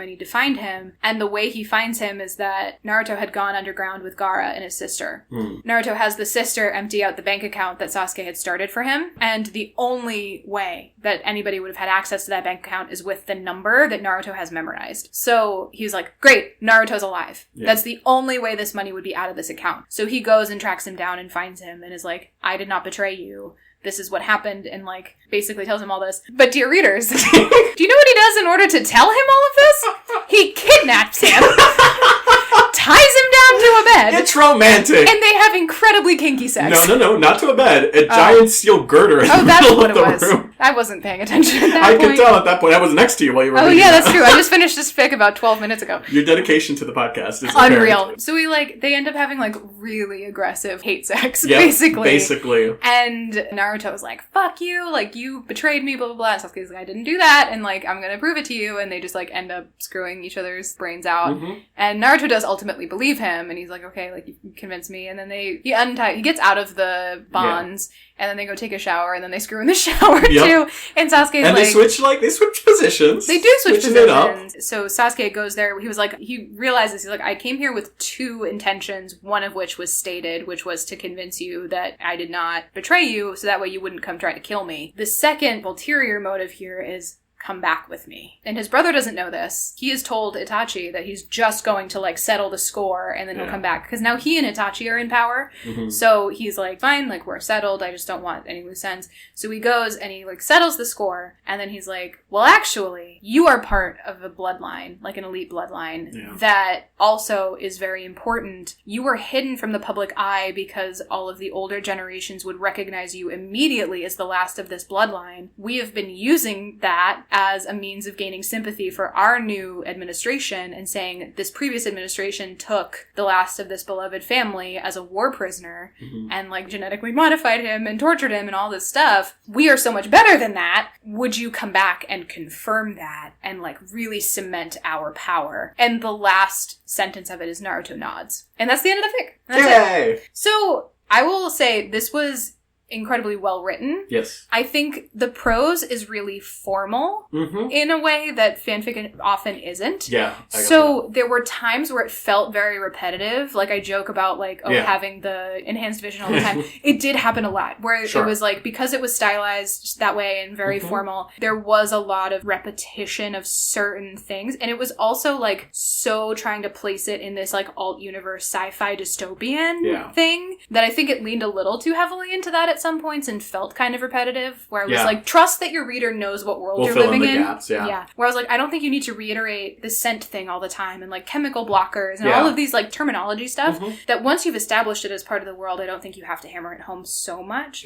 But that didn't necessarily take it too far for me. Like, it was still good. Some of the, like, darker sex stuff is, like, not things that I would voluntarily sort of go out of my way to read, so, like, whatever. It didn't quite... Have you ever heard the term squick? No. Okay, so there is a term squick. It's gone out of favor in fandom circles, but I actually really like it a lot. Instead of kink shaming someone and being like, your kink is gross and I don't like it, you say, like, oh, that squicks me. Which basically just means, like, oh, I don't like that. Oh. But I'm not shaming you for it. It just makes me feel, like, kind of gross or weird, and I don't like that. So... Weird. I don't like that word. Oh, really? Not the meaning. I like that there's a word for it. Yeah. I just think it sounds weird. Like when people don't like the word moist. It is a weird word, but I do like that terminology for essentially what this fic is to me. Yeah, that's where it's fair. like, oh, that's not my thing. I get that, 100%. But from that perspective, I can read it and say, oh, but this is well done. Yeah. It's just not my thing. I appreciate that. Yeah. Very open-minded. Yep. We've come far in 7 episodes, We Erin. really have. We've gone the gamut because I started out really nice, got really hangry and mean, and now I've returned to, like, Welcome. It's cool. Yeah, so I'm sure it's just going to keep spiraling. Yeah. I would also rate this probably like a 4. Yay, I'm so glad. Yeah, again, super well done. It's an interesting premise. I was wondering, I wanted to ask you, because I don't know anything about the actual Naruto, like, anime or anything like that, how far removed this is from canon. Oh, a lot. Very far removed? So, well, okay, first of all, here's my second rant of the episode. Oh boy. There's so many. In this episode, we hear more from Alan than we have ever heard before. Combined. Naruto fanfictions, particularly Sasuke and Naruto fics, were the first things I read in fanfiction ever. Ooh, it was the ship that I sailed on towards fanfiction. Wow! So I was very, like, nervous about, like, okay, I need... Were you a little protective of it? Yeah, 100%. Okay. And it's a thing of... God, when did I start reading fanfiction? Like when I was 14. I'm 24, 10 years. Right. I've been on this ship for 10 years. You're a captain. And never in my entire life have I talked to anyone about this. like the... Right now is it? This is it. And hearing you say, like, Naruto and Sasuke, like, both, like, stopped my heart, like, oh God, and, like, made me really happy. So welcome. Yay! Yeah, so the whole thing with, it doesn't take place in the same universe at all. It's in the manga/anime. They're training to be ninja. They're like secret villages hidden in like forests and like among sand dunes and like in the Arctic and waterfalls. And so they are from the village. The four corners of the world. There's more than that. Sand dunes and waterfalls. Sorry. I love that. Continue. They're from the village hidden in the leaves. Yep. I love it. That's so funny. And it's split into two series, essentially. There's Naruto, and then there's Naruto Shippuden. Okay. Naruto takes place when they're about 12 to 13, 14 years young. Yeah. And it starts with, like, Naruto and Sasuke and all of their friends. There's a whole gamut of them, as you know. Mm-hmm. Well, maybe you don't know, but... I don't know. There's a whole cast of characters. I know that there's a lot of them just because of... You can't exist on the internet and not have some semblance of an idea of what this is, because particularly in fandom, people talk about coming from this fandom in particular. Yep. So it shows them like training, getting their teams and going on their first missions with capture that lady's cat who ran away again and like really cutesy stuff like that. And they go through the gamut and there's so many like huge arcs. And actually the warden in this fic, who was the guy who did the GMAT experiments, his name is Orochimaru, and he is a snake-like ninja in the anime, and he is like the big baddie of the whole first arc of it. Okay, I'm trying to figure out how to place all of this. So Naruto, when he was a baby, got this giant fox demon. He became the host to this thing. Sure. Yeah, just roll with me here. I'm accepting the premise. Continue. Thank you, I appreciate it. Mm-hmm. So everyone knows that he's holding this demon inside of his body. Mm-hmm. And so he grew up without parent. He grew up alone, essentially a ward of the state. Mm-hmm. And so he's very used to being ostracized and having no friends. And so he acts out, like always the class clown and like being really loud to get people's attention. It isn't until a teacher takes pity on him and teaches him like this technique that Naruto really starts to come into his own and like, I am strong and I can do this. And that sets off the whole Naruto like series.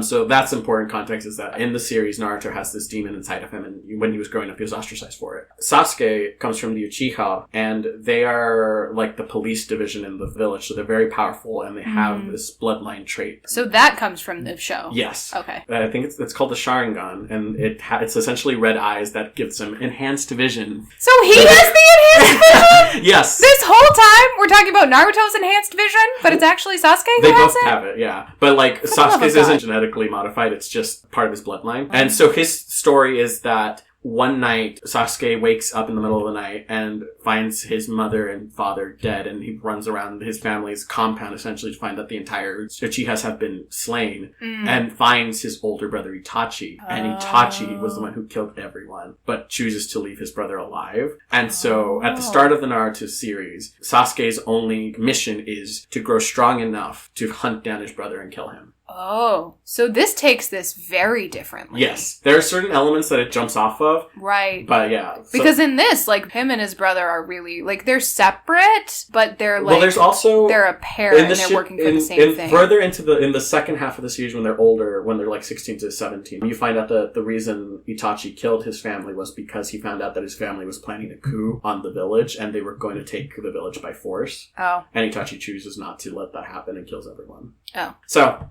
Okay. Anyway. It's still very different setup. Yeah. Yeah. And so back to, like, Orochimaru, the main baddie in the first one, promises Sasuke, like, I can teach you the power that you want to kill your brother. And Sasuke is lured away by this at the end of the first part of the series. And so he chooses to leave the village and, like, become a rogue, essentially.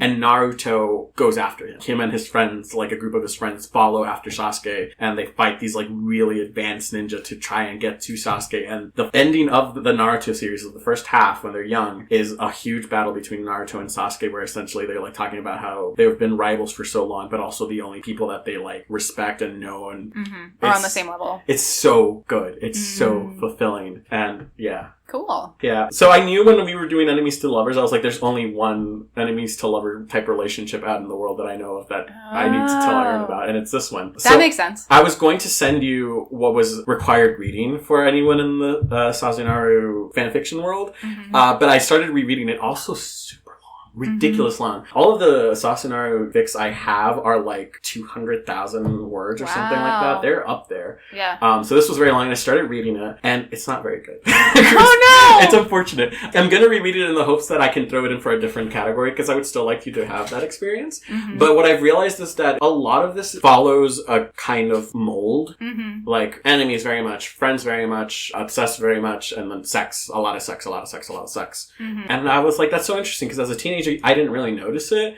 but I was a horny teenager, which you would not have that experience. I did not, that's not my experience, but I understand that it happened to exactly. people. So it was an interesting thing to note. So, yeah, thank you. You're welcome. For reading it. And I didn't hate it. There'll be more. Oh, good. Yeah, I will say anime has never been my thing. Sure. And it's not just like this anime. Like, that's not something that I've ever gravitated to. Not for any more reason. There's just never been one that, like, really struck my fancy. But I know a lot about certain animes from friends who were really into things. Yeah. So I have a lot of sort of, like, adjacent knowledge of things. So that's fair. So walking into this, I knew the names and I had enough background information that it wasn't, like, totally going in blind. Cool. Which was probably helpful. Yeah, I'm glad to hear that. But now that door is opened, there's going to be so much anime. We have opened Sasuke's Pandora's box. Sasuke's box. Which sounds like a sex thing. It does. All right. And now, dear listeners, Alan cries for 45 minutes. Go. What did I send you, Alan? Can't even... Erin Murphy? When I sent this to Alan, friends, so we have a Google Doc, which we've discussed before, and the comment that I left on this fic was, and I quote, "Give yourself time to read this, because it's long as fuck, and will destroy you emotionally." Please know that Alan stayed up all night reading this, and that's part of why he's only gotten 11 hours of sleep in the last 48. Okay. And he's still not okay. Nope. He's shaking a little bit. I really am. I am not well. This is fully one of my favorite fanfictions of all time. Any fandom. Okay. So, that said. The fic you sent me is Something Good by HMGFanfic. It's on Archive of Our Own. And it's the Magician's fic. So, Erin... I know we never said straight out we should do, different fandoms every episode, but I didn't. Erin, please! Guys, I need you to know that the only fanfiction I've read in the last, 3 months is Quelliot. Not even just Magicians. Quelliot, specifically. I understand! I'm hyper-fixating. Erin, if you come back next episode with 2 more Magician's fics, I think I'm gonna throw you out the window. That's fine. I'll go out happy. The summary is...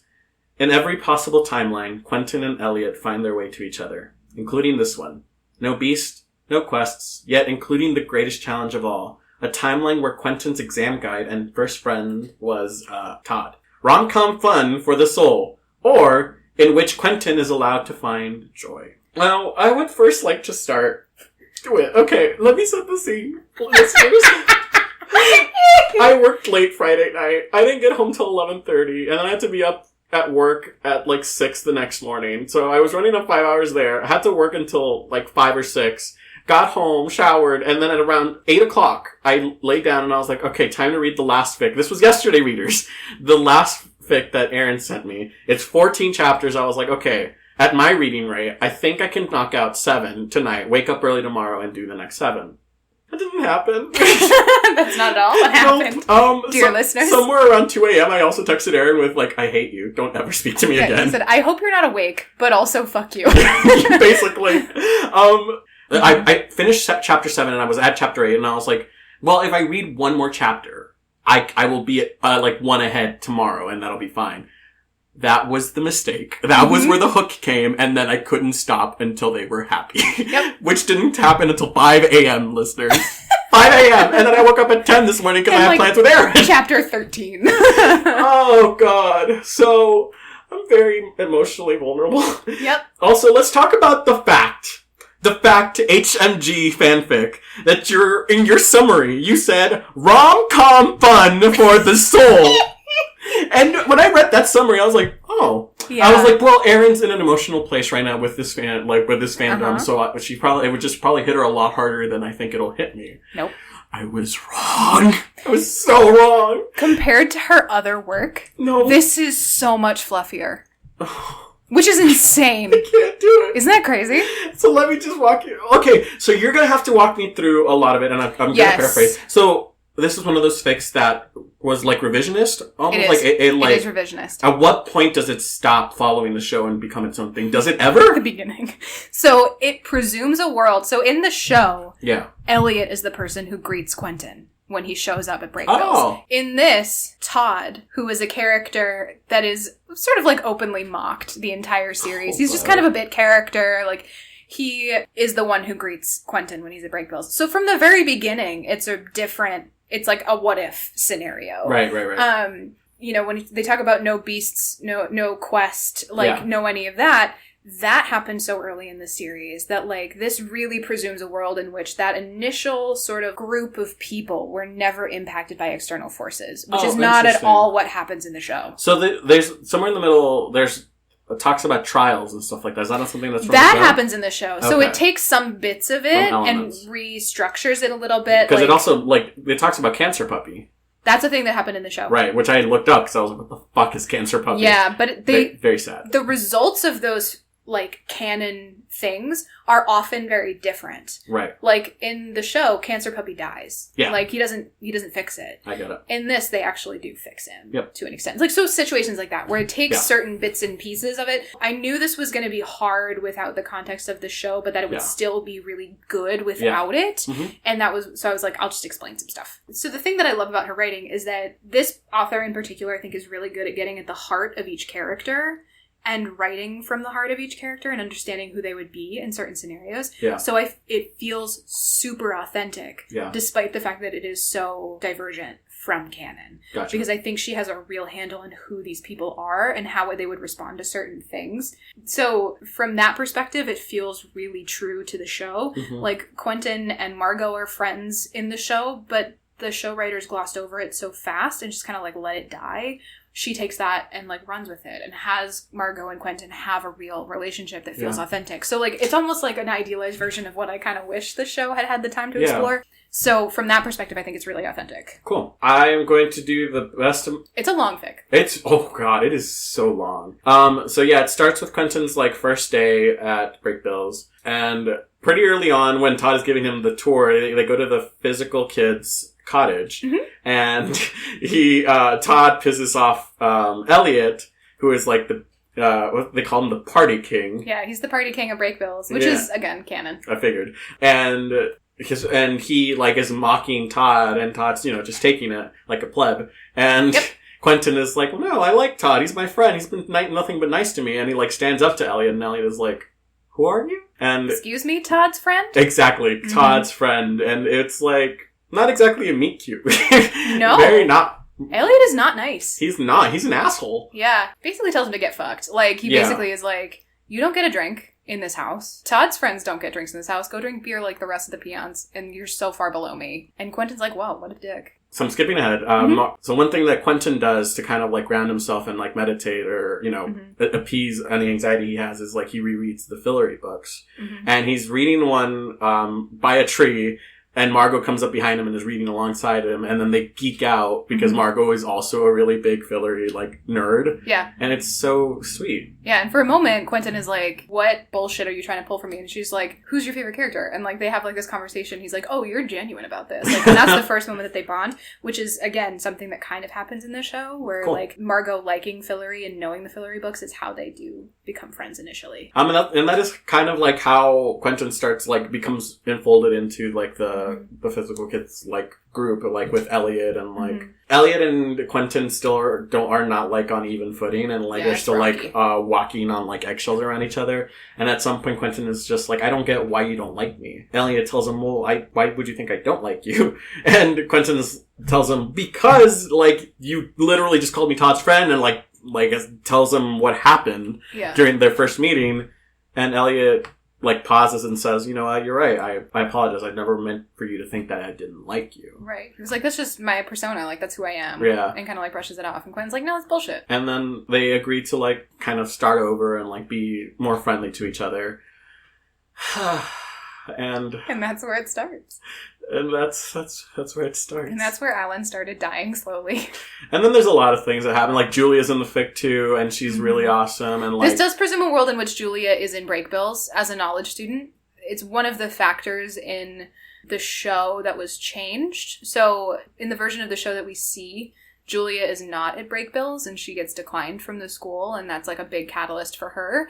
But in previous timelines, she had been at Breakbills and been a really powerful, like, witch and all of this stuff. So this presumes a timeline in which she also goes to Breakbills and is in it and actually thrives. Ow, that hurt. Yep. Okay. So Julia's there too, and they're friends, and it's all nice. Yep.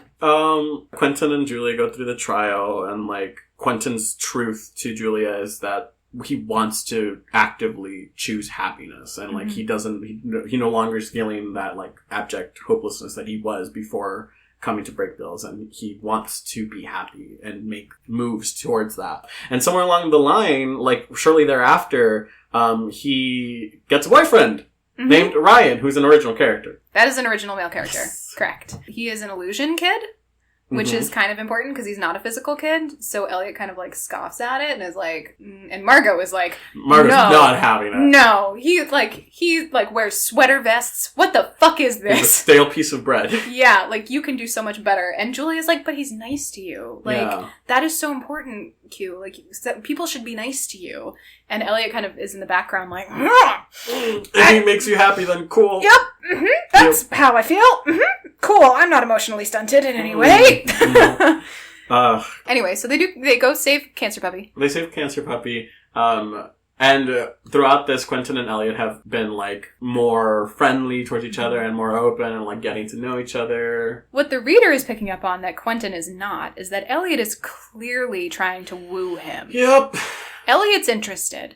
Quentin is oblivious. Mm-hmm. And part of it is that he has had an attraction to him since day one. And as their, like, friendship progresses, he's like, oh no, he's attractive, and actually there's more to him than meets the eye, but, like, he will never pick me. And Quentin has such low self-esteem that he's just like, nope. That was one thing that I think really, like, hit me from this fic, because, again, I have really low self-esteem, and the whole time I'm like, yikes. I felt it. It might be part of why I'm hyperfixating. Yeah, well, thanks. You were on the Titanic, and I was safely on this raft, and you're like, hey, come on the Titanic with me. And I shot the raft. So now here we are, both freezing to death in the Atlantic. We do not have a door to hold on to. God damn. We're just dying. So his relationship with his boyfriend at this point, Ryan, is, like, getting really rocky. Yeah. There's a whole dinner party that Margot insists, like, she's like, I'm gonna plan it. He has to come meet us. Yeah. And so Ryan comes with Todd, and it's a shit show. Like, Margot is cruel to poor Ryan. And Quentin doesn't really give her a pass for it either. He's no. What the fuck, dude? Yeah, exactly, the whole time. And it's just so rough because as the reader, you know that it's because Margot, like, knows that Elliot has feelings for Quentin. And she's doing it because she's protective of him. And she's like, you could do better. They talk past each other, the whole fic. Mm-hmm. And something else that I thought was really interesting and well done was that when Quentin had, like, depressive episodes, I thought those were handled really nicely. Yeah. And, like, it wasn't just abject horror and, like, I was just staring at a wall type thing. Like, she walks you through, like, he went to class but he's just, like, not talking and doesn't want to talk to anyone, is, like, feeling drained. And something he does is, like, hand washes dishes because, like, it's therapeutic for him. Yeah. So I thought that was really nicely done. And you get another one of these kind of episodes when Ryan breaks up with Quentin because Ryan is being expelled or kicked out of He's flunking out, He flunks out, essentially, and they're going to, like, remove his memories of everything. So obviously he can't be with Quentin. And Quentin spirals into this thing, and there's this whole moment where Elliot is talking to Quentin and he's like, why, like, there's other guys, like, just, you know, fuck someone else, you'll get over it in 2 weeks. And Quentin is like, it's not even about the breakup. And he's like, I know that makes me an asshole. Like, I understand that. But it's not about, like, Ryan. It's about the fact that someone can flunk out and not be good enough to be here and then gets kicked out and then they lose all memory of being here. And this has been, like, the happiest Quentin has ever been, and he's fucking terrified. And that's actually kind of one of the conversations where Elliot really gets real with him. Yeah. Because Elliot is a king of artifice and pretense. And, like, this comes from the show. Like, he has built such an armor around who he is as an actual person from the trauma of his past that, like, Quentin is one of the only people, aside from Margot, who even gets a glimpse at who he is as a person, and he realizes that, like, he needs to do that. And, like, he wants to for the first time. And that's part of what makes his feelings for Quentin so scary, is that he's like, oh, this is somebody who makes me want to be someone who gives a shit, which is not something I've wanted to be up until now. I didn't give two shits about anybody, and then all of a sudden you come along and I want you to feel better, and I'm willing to give pieces of myself to you, which is terrifying to Elliot. So let's skip ahead a little. There's a point where in this universe, Katie and Penny are in like a polyamorous relationship with Julia on and off, and this is during one of their off periods. And Katie comes up to Quentin asking for help, like, hey, how do I talk to her? Like, how do I get through to Julia? Like, I want to be with her and stuff like that. And Quentin says, well, have you talked to her? Have you told her this? Have you said the words, I love you, out loud? Exactly. And Katie's like, no, what? And Elliot, who's right next to Quentin, is like, well, but you've shown it, right? Like, you've made it obvious. Actions speak louder than words. And Quentin's like, no, like, you should tell her. Like, how the hell is she supposed to know if you don't verbally say it? He says, Julia's like me. Exactly. She needs to hear it. Yep. And Elliot just goes, yeah, he gets so frustrated and he just shuts down. Elliot, why didn't you take the memo? Well, also, part of this is, like, there's a moment that's a little bit pulled from canon, but recontextualized in an interesting way, where Elliot and Quentin are sitting on a couch drinking wine, and Quentin is really sad about his dad being sick. Yeah. And Elliot kind of, like, goes to move in and, like, actually hold him, like, show physical affection and, like, hold, like, and sort of make a move. And Quentin says, like, we're friends, right? And he's just like, yeah, we're friends. And he's like, and isn't that the best that we could have ever hoped for, considering... That's the best possible outcome. Isn't that the best possible outcome? And Elliot is like, oh, you're rejecting me in that moment. Yeah, because, so, Quentin is, like, head in, is in Elliot's chest, and Elliot is, like, kissing his hairline, and Quentin is, like, freaking out a little on the inside, because he's like, I'm gonna lose my dad, and I'm so scared of losing other people that really matter to me. Mm-hmm. And I know that I feel this way about Elliot, and I know he's never going to feel this way about me, but I want to let him know how much he means to me. And so in his brain, that's like, I want you to know you're my best friend. And you're important to me. Exactly. And Elliot is like, oh, cool, yeah. And that's when Quentin is like, oh, he slightly thinks that Elliot might be onto what he feels for him. Mm-hmm. And so Quentin says, and that's the best possible outcome, right? Like, that we get to be in each other's lives. But anywhoomst, that happens. And that... Readers, that was the end of chapter 8. Yeah, and that is when I spiraled. There's 14 chapters. And so, to save you guys the heartache that I went through, like, the rest of the fic is, like, Elliot essentially shuts down and doesn't want to be around Quentin anymore. He takes it very hard, and Quentin... He drinks heavily. Heavily. And Quentin doesn't understand at all why this is happening, and he's, like, trying to... And Margot is pissed at Quentin, too, like, downright pissed. Quentin has already realized how he feels for Elliot, and this is post the best possible outcome conversation. Mm-hmm. There's a Spanish magician who comes to visit named Guillermo. From Ibiza. Orgies. If you're familiar with the magicians, basically there's this Encanto y Culto thing, which is like every year the hottest magicians go to Ibiza and have like orgies and a party and whatever. And, they had met Guillermo at the previous year's orgy. Correct. And we're very excited to see him again. So Elliot is like trying to drown himself in alcohol and Guillermo's thighs. I'm trying to remember exactly what it is that triggers Elliot, but at some point he just like decides I need to get drunk and drinks a bottle and a half of tequila. He gets very drunk, comes up to Quentin like an hour or two later, and Quentin has to take him upstairs, struggle him up the stairs because Elliot is being like a noodle and won't cooperate. Yeah. They get up to right next to Elliot's bedroom, and Elliot pushes Quentin against the wall and starts like kissing his neck and like his ears. And he's like, stay with me tonight. I don't want to be alone. And Quentin wants to. Desperately wants to. So bad. And you as the reader are like, do it. Yeah. Just do it. Fuck the consequences. Right. But Quentin is a good noodle. He makes a good decision. For sure. 100%. The correct decision. For the right reasons. Yes. Mm-hmm. Consent given while someone is intoxicated or not able to give, like, actual consent is not consent. So Right. he made the correct decision, and, like, not to mention all of the, like, how it would have ruined the friendship or whatnot, or Right. the backlash of that. Right. Decides not to, and Elliot reads it even more as, okay, I threw myself at him, like, fully, like, there's no way he could have misconstrued anything, and he still doesn't want me. Fine. So, Quentin doesn't have Elliot, doesn't have Margot, and it is the worst time in my entire fucking life. And after that, so Josh Hoberman is another character in this show. And Josh is a graduating senior. He's doing his final thesis on, like, magical food, because that's, like, his thing, is cooking or whatever. And they're all planning as a friend group to go to Paris. That night at, like, 4 a.m, Quentin texts Josh and is like, I'm not going to fucking Paris. Yeah. Because he's not going to go with Quentin. He's not going to go with Elliot. He's like, this is ruined. Like, I can't do this. And so he decides he's not going to go. And Josh is like, what the fuck, man? And he's like, sorry, you'll find someone else to take my spot. He, like, kind of doesn't cop to it. You should tell the rest of this. This is your summary. Unless you want me to keep going. Please go. So, it's fine, Alan. So, Margot hears tell of this and is like, you fucking shithead. You are coming to Paris with me. And Well, it's because at some point, yeah, she realizes that Quentin doesn't know that Elliot loves him. Right. And that he didn't actually reject Elliot. He's Right. just clueless. He just doesn't know. And Margot's like, these two fuckers are just talking across each other. Yep. And they are playing the ultimate game of, like, gay chicken. And it's so The best fucking game, truly. frustrating. So Elliot is taking Guillermo to Paris.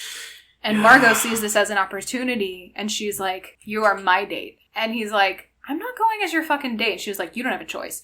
So basically, like, strong arms him into going to Paris with her as her date without Elliot's knowledge. So they go to Paris. And Margot is like, we're going to dress you up. We're going to put you in a really nice McQueen suit.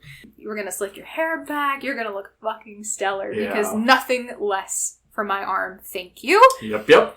And she drives him to Paris, and Elliot sees it and kind of loses his shit and is like, what the fuck are you two doing? Because he was not expecting to see Quentin, and Quentin is so thrown by this, and he's like, I really had hoped that we could still be friends, but clearly that's not the case. Quentin. And he was like, I'm so sorry. But he doesn't understand the anger fully. That's the worst part. Yeah, he doesn't know what he did wrong. To be on the end of that and not know. Yeah. Oh, that's one of my biggest fears. Yeah, so Elliot really gives him the cold shoulder and is really mad, kind of flaunts Guillermo at him and is like... trying to insinuate that he and Guillermo are, like, getting serious. Yeah. And Quentin is, like, very heartbroken by that because at this point he fully has admitted to himself that he's in love with Elliot and that it's never going to go anywhere and that he should just accept it and move on. And, like, he just doesn't want... He was like, I just don't want to lose him. Yeah, I want him to be a part of my life. Yeah. So they go to this dinner in Paris. And Todd has a fucking breakdown. Yeah, fucking Todd! Fucking Todd has a breakdown. Because Elliot is being rude. Okay, to but Quentin. really quick, Yeah. before you get into this. Yeah. I need to, like, something happens right before the Todd breakdown that was, I think, the most heartbreaking, well, maybe not the most heartbreaking, but one of the most heartbreaking moments in the entire fiction, and I, like, had to stop and sob for 2 minutes. Oh no, which one was it? So, at some point when they're getting to know each other, Quentin and Elliot are, like, talking, and Elliot asks Quentin, what's your favorite drink?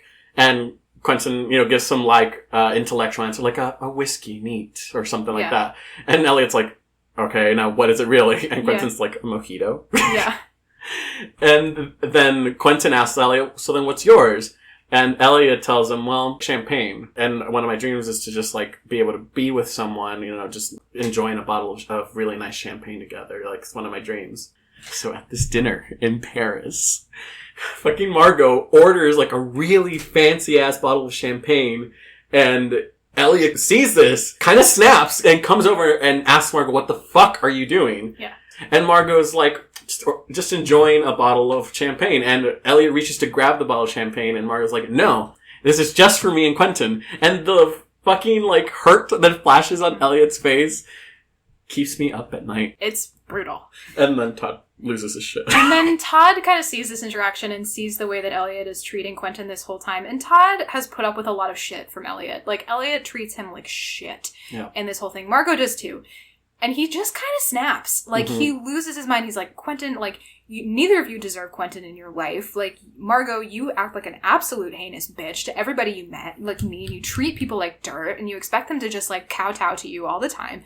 And, like, Elliot, you think you're hot shit, but, like, actually, Quentin, like, you don't even deserve, like, to lick the ground that Quentin walks on. Like, I don't even understand why you're friends with them. Both of you are so terrible, and it just spectacularly spectacularly falls apart at this dinner. And even Quentin is like, this is so inappropriate. Like, it's real. Like, it's coming from a place of, like, understandable frustration and hurt. But wow, Todd, this was not the moment to uncork. Or the way to do it. And it's just this absolute spectacular implosion of feelings. And it was painful to read through. Yeah, it was like you just felt it. And like, but it brings up a lot of the stuff to the surface for all of the characters. Yeah. And really just shatters the dinner. Yeah. And Josh is like, oh shit. All right, cool. Well, this is my dinner. Yeah, this is my thesis, but like, this is cool. What happens is that in telling Margot off, Margot is like, you know, kind of resilient and like, that's fine. And she's like used to people calling her things. And one of the things that Todd throws at her is the fact that she just sees Quentin as like a little pet or something to keep, that she'll throw away when he's bored. Elliot said the same thing when he said that, he told Quentin that you were basically a Tamagotchi. Yeah. And like Margot is so hurt that Elliot would think that of her and say it to another person, and that triggers her to start crying and like storm off. And then Elliot runs after her and Quentin runs after them both to then be told like to fuck off. And then what happens, dear readers, is maybe the most painful chapter of fic I've ever read. I don't want to talk about it. So Margot goes out into this garden behind this restaurant that they're at. And she's crying, and Quentin comforts her. And, like, Elliot's kind of off in the background a little bit. So Quentin and Margot are talking, and, you know, Quentin's like, I never thought that you think of me that way. Like, you can be a little brisk. And she's like, I know who I am. Yeah. I know that I can be a bitch, but it comes from a place of deeply loving everybody, and you're included in that. And I need you to know that. And I need you to know that. And so they, like, bond pretty hardcore, and, like, Elliot walks over and is really angry that they are bonding so hardcore. Yeah. And basically throws some more barbs their way. And Quentin's like, what the fuck is going on? And in that sort of start, like the very sort of like fledgling argument that's brewing between Elliot and Quentin, Margot's like, I lost my ring. Oh my God, it's my grandmother's ring and it's so important to me. And they kind of put their argument on pause and they start looking around for this ring. And Margot casts a secrets ward, which, if you know from the show, secrets magic can only be broken if you tell the secret that the spell is asking for. So in the trials, it's secrets magic. You can't get out of the bindings until you speak your deepest truth. There's no way around it. The spell that she casts is basically like a dome that encapsulates the two of them, and they have to speak their absolute truth about their feelings for each other in order to get out. And she had been lying about the ring the whole time, and she had kind of used the moment with the Tamagotchi to, like, that was her break for it. Right. So she was upset, but, like, she was kind of, it was her chance. Because she mentions that the original plan was to do it in a bedroom, for there to be a bed. Yeah, so she sees her opportunity, and she takes it. Yeah. And it's super manipulative. Oh, 100%. But she, like, looks from the outside of the dome and is like, bye, fuckers. Yeah, go take a bubble bath. Yeah, I'm gonna go do with this, and you guys are gonna figure yourselves out, and, like, runs away. And Elliot is absolutely enraged. Like, absolutely enraged. And Quentin is so hurt. Ugh. And the two of them are trapped in this dome together. And they can't get out until they speak their truth. Mm-hmm. Elliot tries really hard to, like, physically break the dome. Does everything he can possibly do to get them out of it. And Quentin just kind of sits quietly and, like, is very scared of what's going to happen. And he's also, like, deeply hurt, and he's like, why won't you talk to me? You won't even look at me. Like, what did I do? Just tell me what I did so I can fix it. I'm so lost without my friend. And, like, Elliot's like, it's not you, it's me. I have been the one who has been separating myself from you. And Quentin's like, why? And Elliot just, like, won't even really talk to him about it. Well, they start having this whole conversation, and Quentin is like, maybe there's a chance of a hope here that we can fix this friendship issue. And he's like, he goes on and on about, like, why he loves Paris so much. Yeah. And he's really talking about why he loves Elliot. Yep.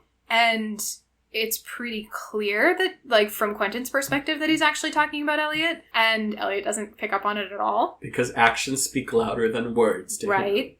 So then Elliot is like, well, he was like, it's not me, it's you. Or it's not you, it's me. And, you know why. this is so hard. And Quentin is like, oh, Elliot is the most socially aware person I've ever met. Yeah. And I have all of the tact of a tractor trailer. Mm-hmm. He knows and has been trying to let me down easy. Yeah. Our entire friendship. Margot knew and was trying to help let me down easy. And now I've just gone on this whole rant about how much I love, quote, Paris. Oh no, this is bad. Yeah. He does not like me that way. No. And I have been ignoring the signs the whole time. Right. Quentin is just absolutely heartbroken and is like, oh God. And the way she describes it is like, so he just fell off a cliff emotionally. Yes. And Elliot is like, all right, here's the deal. I think this ward wants us to say out loud, I'm in love with you, because Margot believes that we are in love with each other. Yeah. I know it's painful, but we're just going to have to do it and actually say those words out loud and it will fall. It will trigger this to fall. I know it's not true, but... And Quentin has this moment of just like, oh, fuck. Like, this is going to hurt a lot. And Elliot says something along the lines of like, well, harder for you than for me. And Quentin in this moment believes that Elliot doesn't like him and knows that Quentin has feelings for him. And now he's just being an asshole. And Quentin is so angry because he's like, you don't have to be an asshole about this. Yeah. Like, excuse me? And Elliot has a moment of like, what do you mean? Like, what did I say? And he's like, fine, I fucking love you. And is really angry. And Elliot is like, so taken aback by this. And finally is just like, I love you too. And the ward falls. And Elliot storms out. Books it. And Quentin is like, no, come back, talk to me for a minute. And he's like, you need to stay the fuck away from me. And basically it's like, I basically never want to see you again for now. Like, I need space. I need so much space from you. Yeah. And Quentin takes that as like, I can't be around you because I know, because I know. And they're just devastated. And I am devastated. Yeah, so... Quentin goes back to the hotel where Margot is staying, and Margot is like, how did it go? He's like, shipping! Like, I'm so ready. It hurts. Even that hurts so badly. And so Quentin bad. Is devastated. And he's like, how did this happen? Like, how did you get out of this ward without talking past each other? And he was like, I don't know what the fuck is wrong with you, like, making this thing when you knew just as well as he did that I had feelings for him and he didn't have any for me. He told me to basically get lost. This was so unbelievably cruel of you to do this to me. Yeah. And Margot's like, it was secrets magic. Both of you had to say the words, I love you, and for it to be true, for that magic to come down. And he was like, obviously it's not. And he was like, she's like, here's the fucking spell. And hands him a letter. Mm-hmm. Julia wrote the spell. Yeah. And explains it. And he looks at it and he goes, oh my God, you're right. Yeah. We both had to be telling the truth, which means he loves me. And he loses his goddamn little mind. Yes, he does. Oh, my favorite line of this whole fic happens. Where is it? Hey. And she sticks her hands out for him to shake. And she goes, happy to meet you here. And he goes, where? And she goes, on the same fucking page. Yep. So he freaks out and he's like, oh shit. And he realizes all of the times Elliot had tried to tell him. Yeah. And he's like, particularly the best possible outcome moment, and realizes how that was what it was.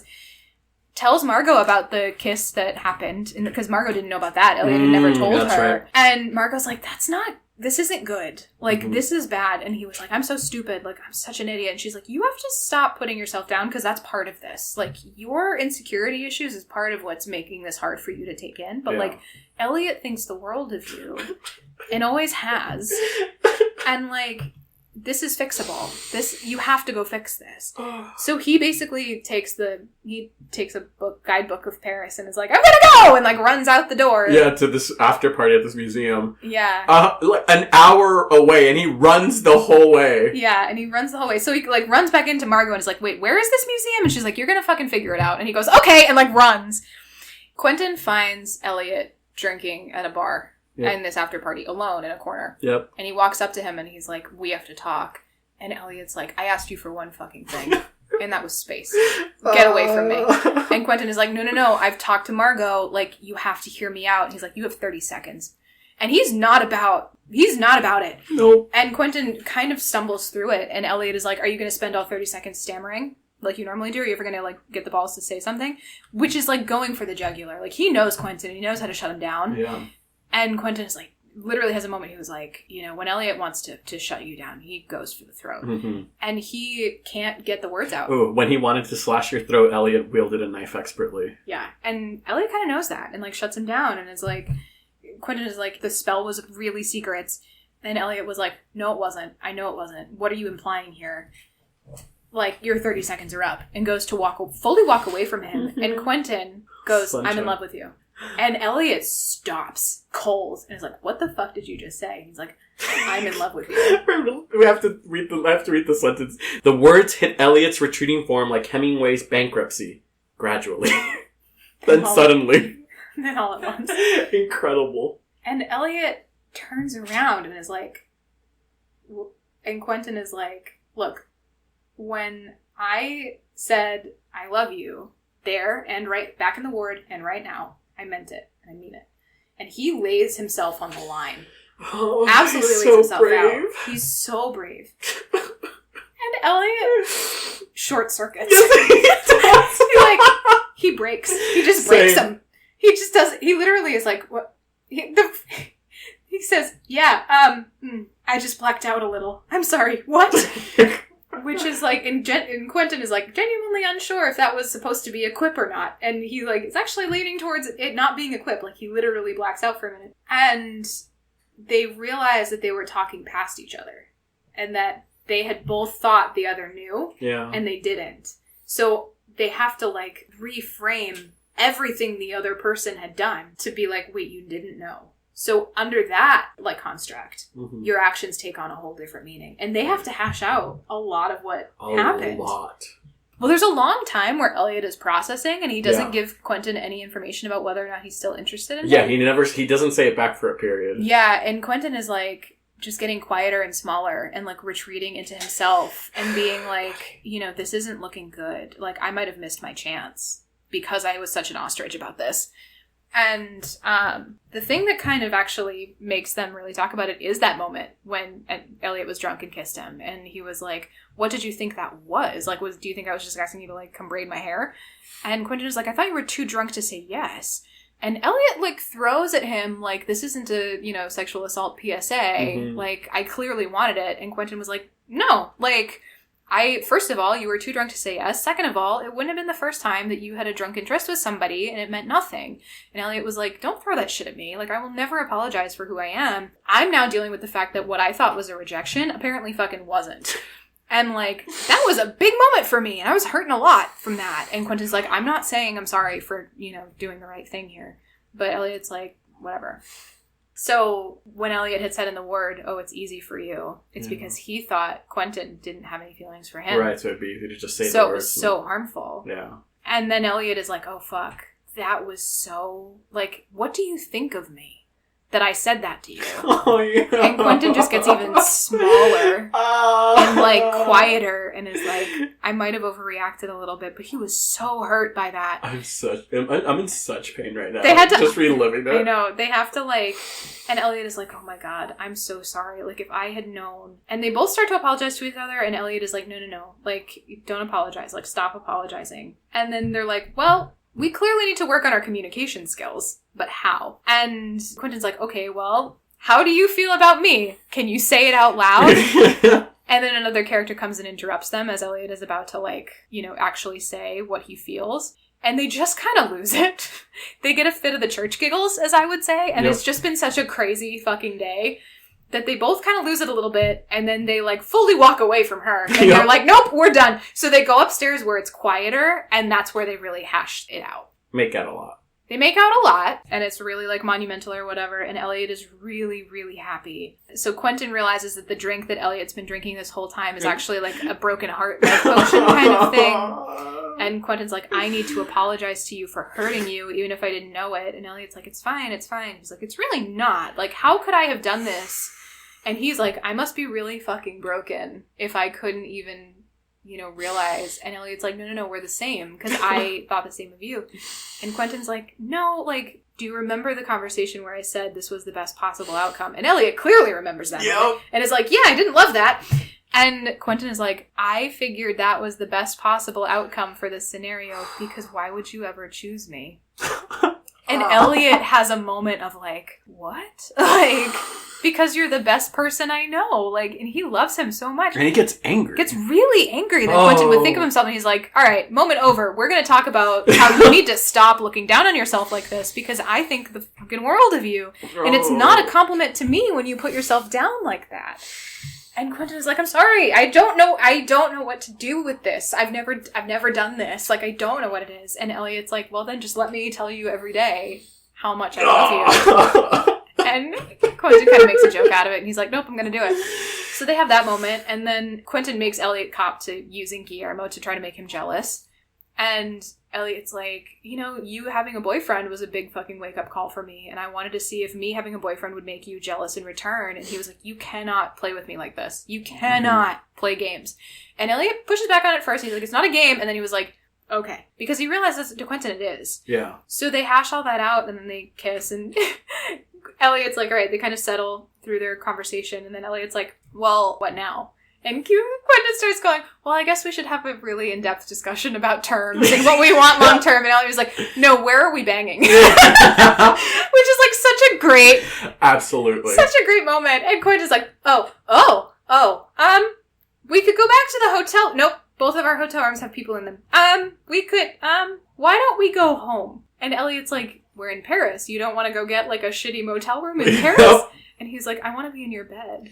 It's all I really want. And Elliot just like loses his mind. Why would you do this to me? And he's like, yep, I want nothing else but that. Thank you.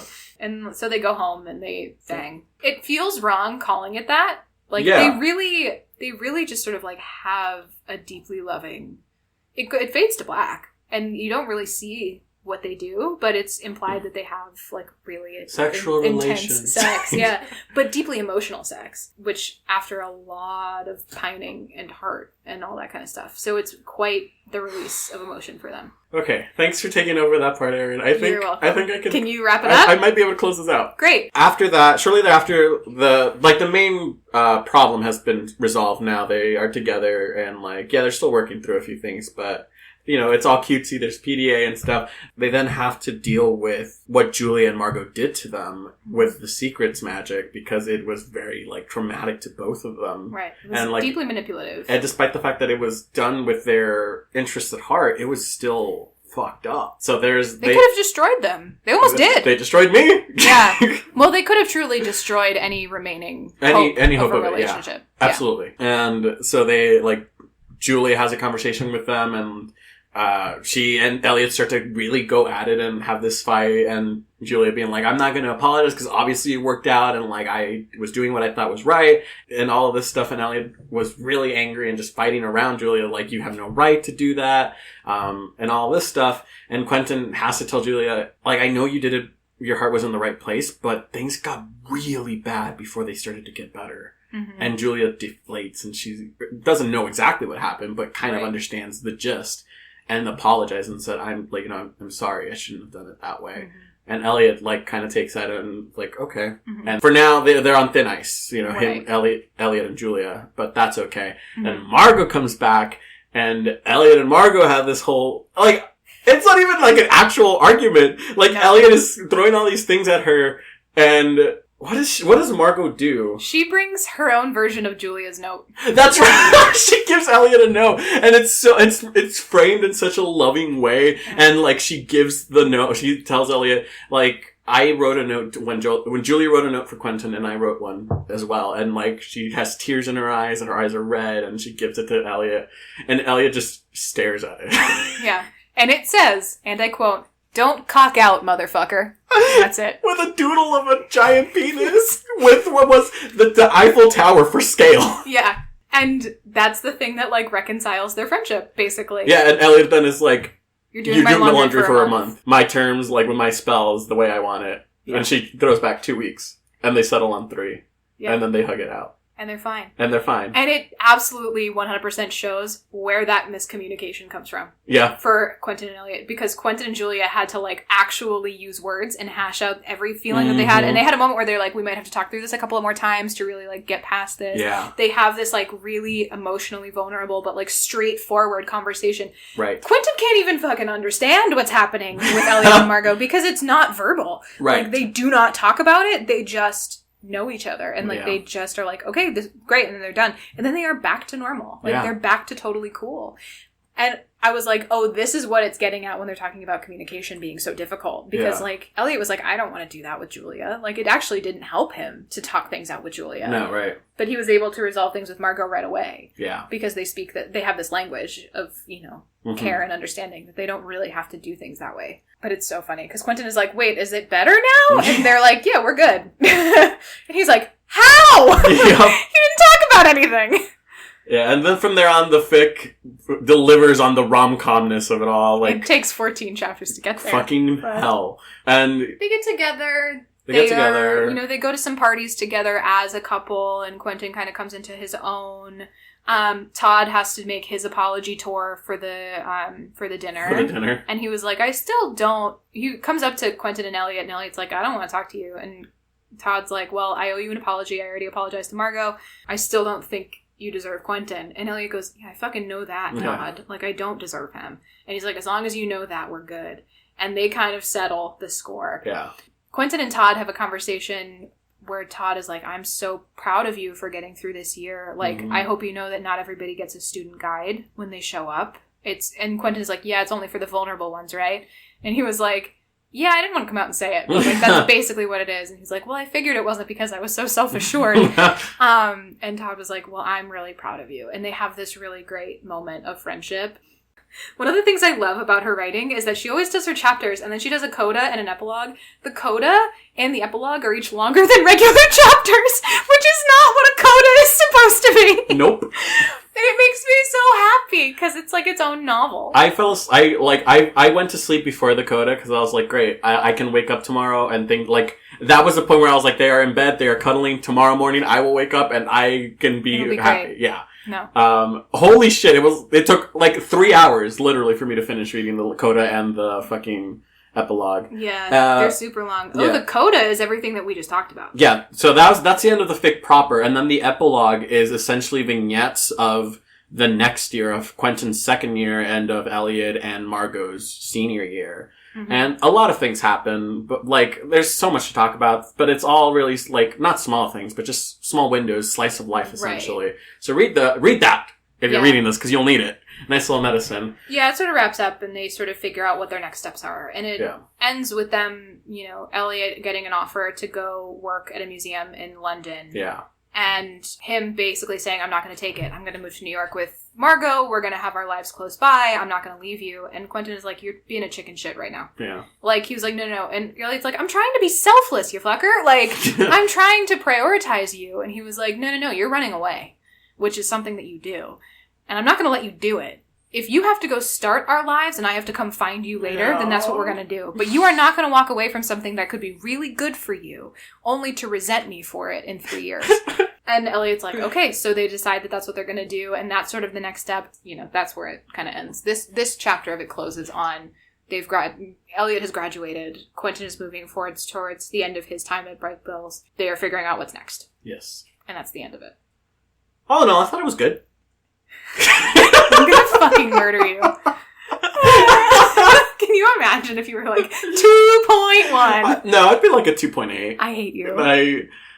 This fic destroyed me in so many ways. It was so painful. Uh-huh. And the whole time I was literally in pain, I kept cursing your name. Because I was like, I know that this is the shit she lives for. So while she's having a good old time being miserable, here I am just hating my life. Uh-huh. You're welcome. I'm sorry. This is the third The Magician's fic that I've read for you, for this show. Obviously the one I've liked the most. Uh-huh. And I think that this is the universe of The Magicians that I'm going to live in. This is the one I'm going to choose to be like, that's what The Magicians is. Yeah. Like, I have no desire to go and find out anything else. Like this, Yeah. to me, this is canon now. Yeah. Which is such I'm an with interesting you. thing. Yeah.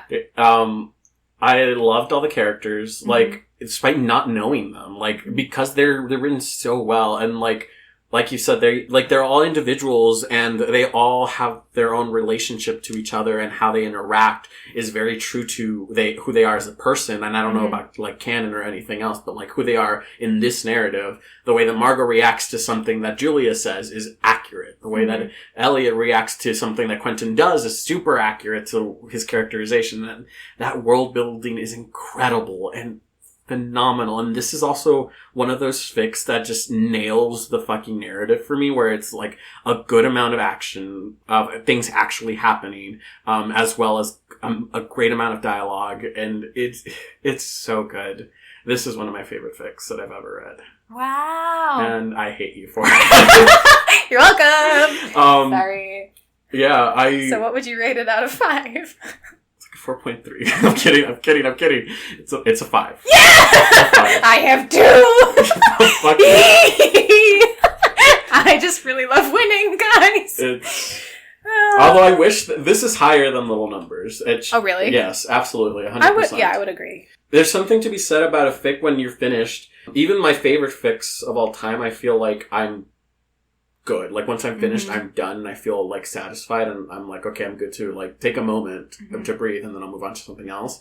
This fic almost makes me not to want to leave these characters and these, like, situations, and, like, I love them. Yeah. Which is so fucking really weird. Good. It's really good. It's so fucking weird for something that I don't... Yeah. For people I don't know. That's really cool. Alright, I think we've talked plenty. I think we have talked plenty. I'm so glad that you liked it as much as you did. I'm sorry I broke you. I love you, and this is 95% joking and 5% serious. I hate you for what you've done to me. You're welcome. Yeah, it's just one of those really interesting things where I self-insert into almost everything I read, and it's really hard to pull out of something when it's written really fucking well. And it's like, I need a break right now. Like, I need to not read anything. I need to, like, watch a funny video. I need to watch everything is nice and okay with the world. That's fair. I have recently backed away a little bit from Qualiot. Yeah. Just for that reason of, like, I am hyperfixating on this dynamic that is hard for me to deal with. Yeah. With the, like, I would really like for somebody to come along and just see me for who I am and, like, have that moment of, like, oh, someone really is into me. And, like, all that kind of stuff. And, like, Quentin having this moment of, like, why would you ever choose me? Is something that resonates so strongly with me in particular. And, like, this fic hit me at a time where I was going through what was really my first, like, time being dumped. And my first sort of, like, thing. And I think I projected a lot onto that real-life relationship because of this. Yeah. Where I was like, it reinforced some negative self-image stuff in my head in a really weird way, but I was also able to kind of, like, come through that. I went to therapy. Like, I went to my therapist, and I talked about it, and I was like, this is a thing. I've been journaling a lot, and, like, the phrase, like, you are not broken is important to me right now, and, like, you can choose yourself has been really important to me. So, like, I totally get that, like, sometimes this is not actually a good thing to have when you are in that space, but it is also the flip of that, being seen in that way and feeling seen in a narrative 100% is so important. Like, this doesn't happen in TV. No. You don't get queer relationships with this much depth and, like, authenticity and pain but also joy. Like, you don't get that from TV. So to have two queer characters talk about how they feel broken but they're still okay, I literally commented, I was like, this means so much to me. Like, it is so important to me that this exists. So, like, it's kind of riding a line of, like, I don't want to torture myself with this, but it's also really important. Yeah. So. Yeah, and it's a really interesting conversation. I feel you and I have had a lot. Yeah. And it just continues to be true. Yeah. It was wonderful, and thank you for sharing that with me. You're welcome. Great. Well, if you've made it to the end of this episode, God bless you. God bless you, and thank you for following along, and I apologize for those 15 minutes in which Erin was recounting the story and I was a puddle of sobs and whining over here. So everyone, journal. Go to your therapist. Don't get so lost in fanfiction that you, like, lose track of who you are, but also let let yourself feel things. Yeah. Because it is actually really important to feel things sometimes. I think that's a good way to end it. Great. All right. So if you like this, please make sure you review and rate us so that other people can find the podcast. Tell your friends who you talk about fan fiction or any of your readers if you are fan fiction writers. Come out to your friends as a fanfic reader. We did. It's been like great. we did. And tell them to listen to this podcast. Also follow us on Tumblr and Twitter. Yes. At the Fic List or at the ficlistpodcast.tumblr. Erin's very good about making sure that we're active on those. Yeah. Reach out. Also let us know if there's a ship you want us to read, a tag, or send us a fic that you want us to read and review. Because we got to get out of our little comfort zone. That's a thing that we're learning. Yeah, so Erin is hereby officially banned from sending me the same fandom to in the same episode. That's fair. Yeah. But yeah, you gotta send us fics that you like so that way we can read them and review them and get out of our little... Because, when you're so in a fandom, it's hard to branch out. So it is, yeah. Send us your recommendations of stuff to try that are new and exciting. We'll see you guys on the next episode. See ya. Bye.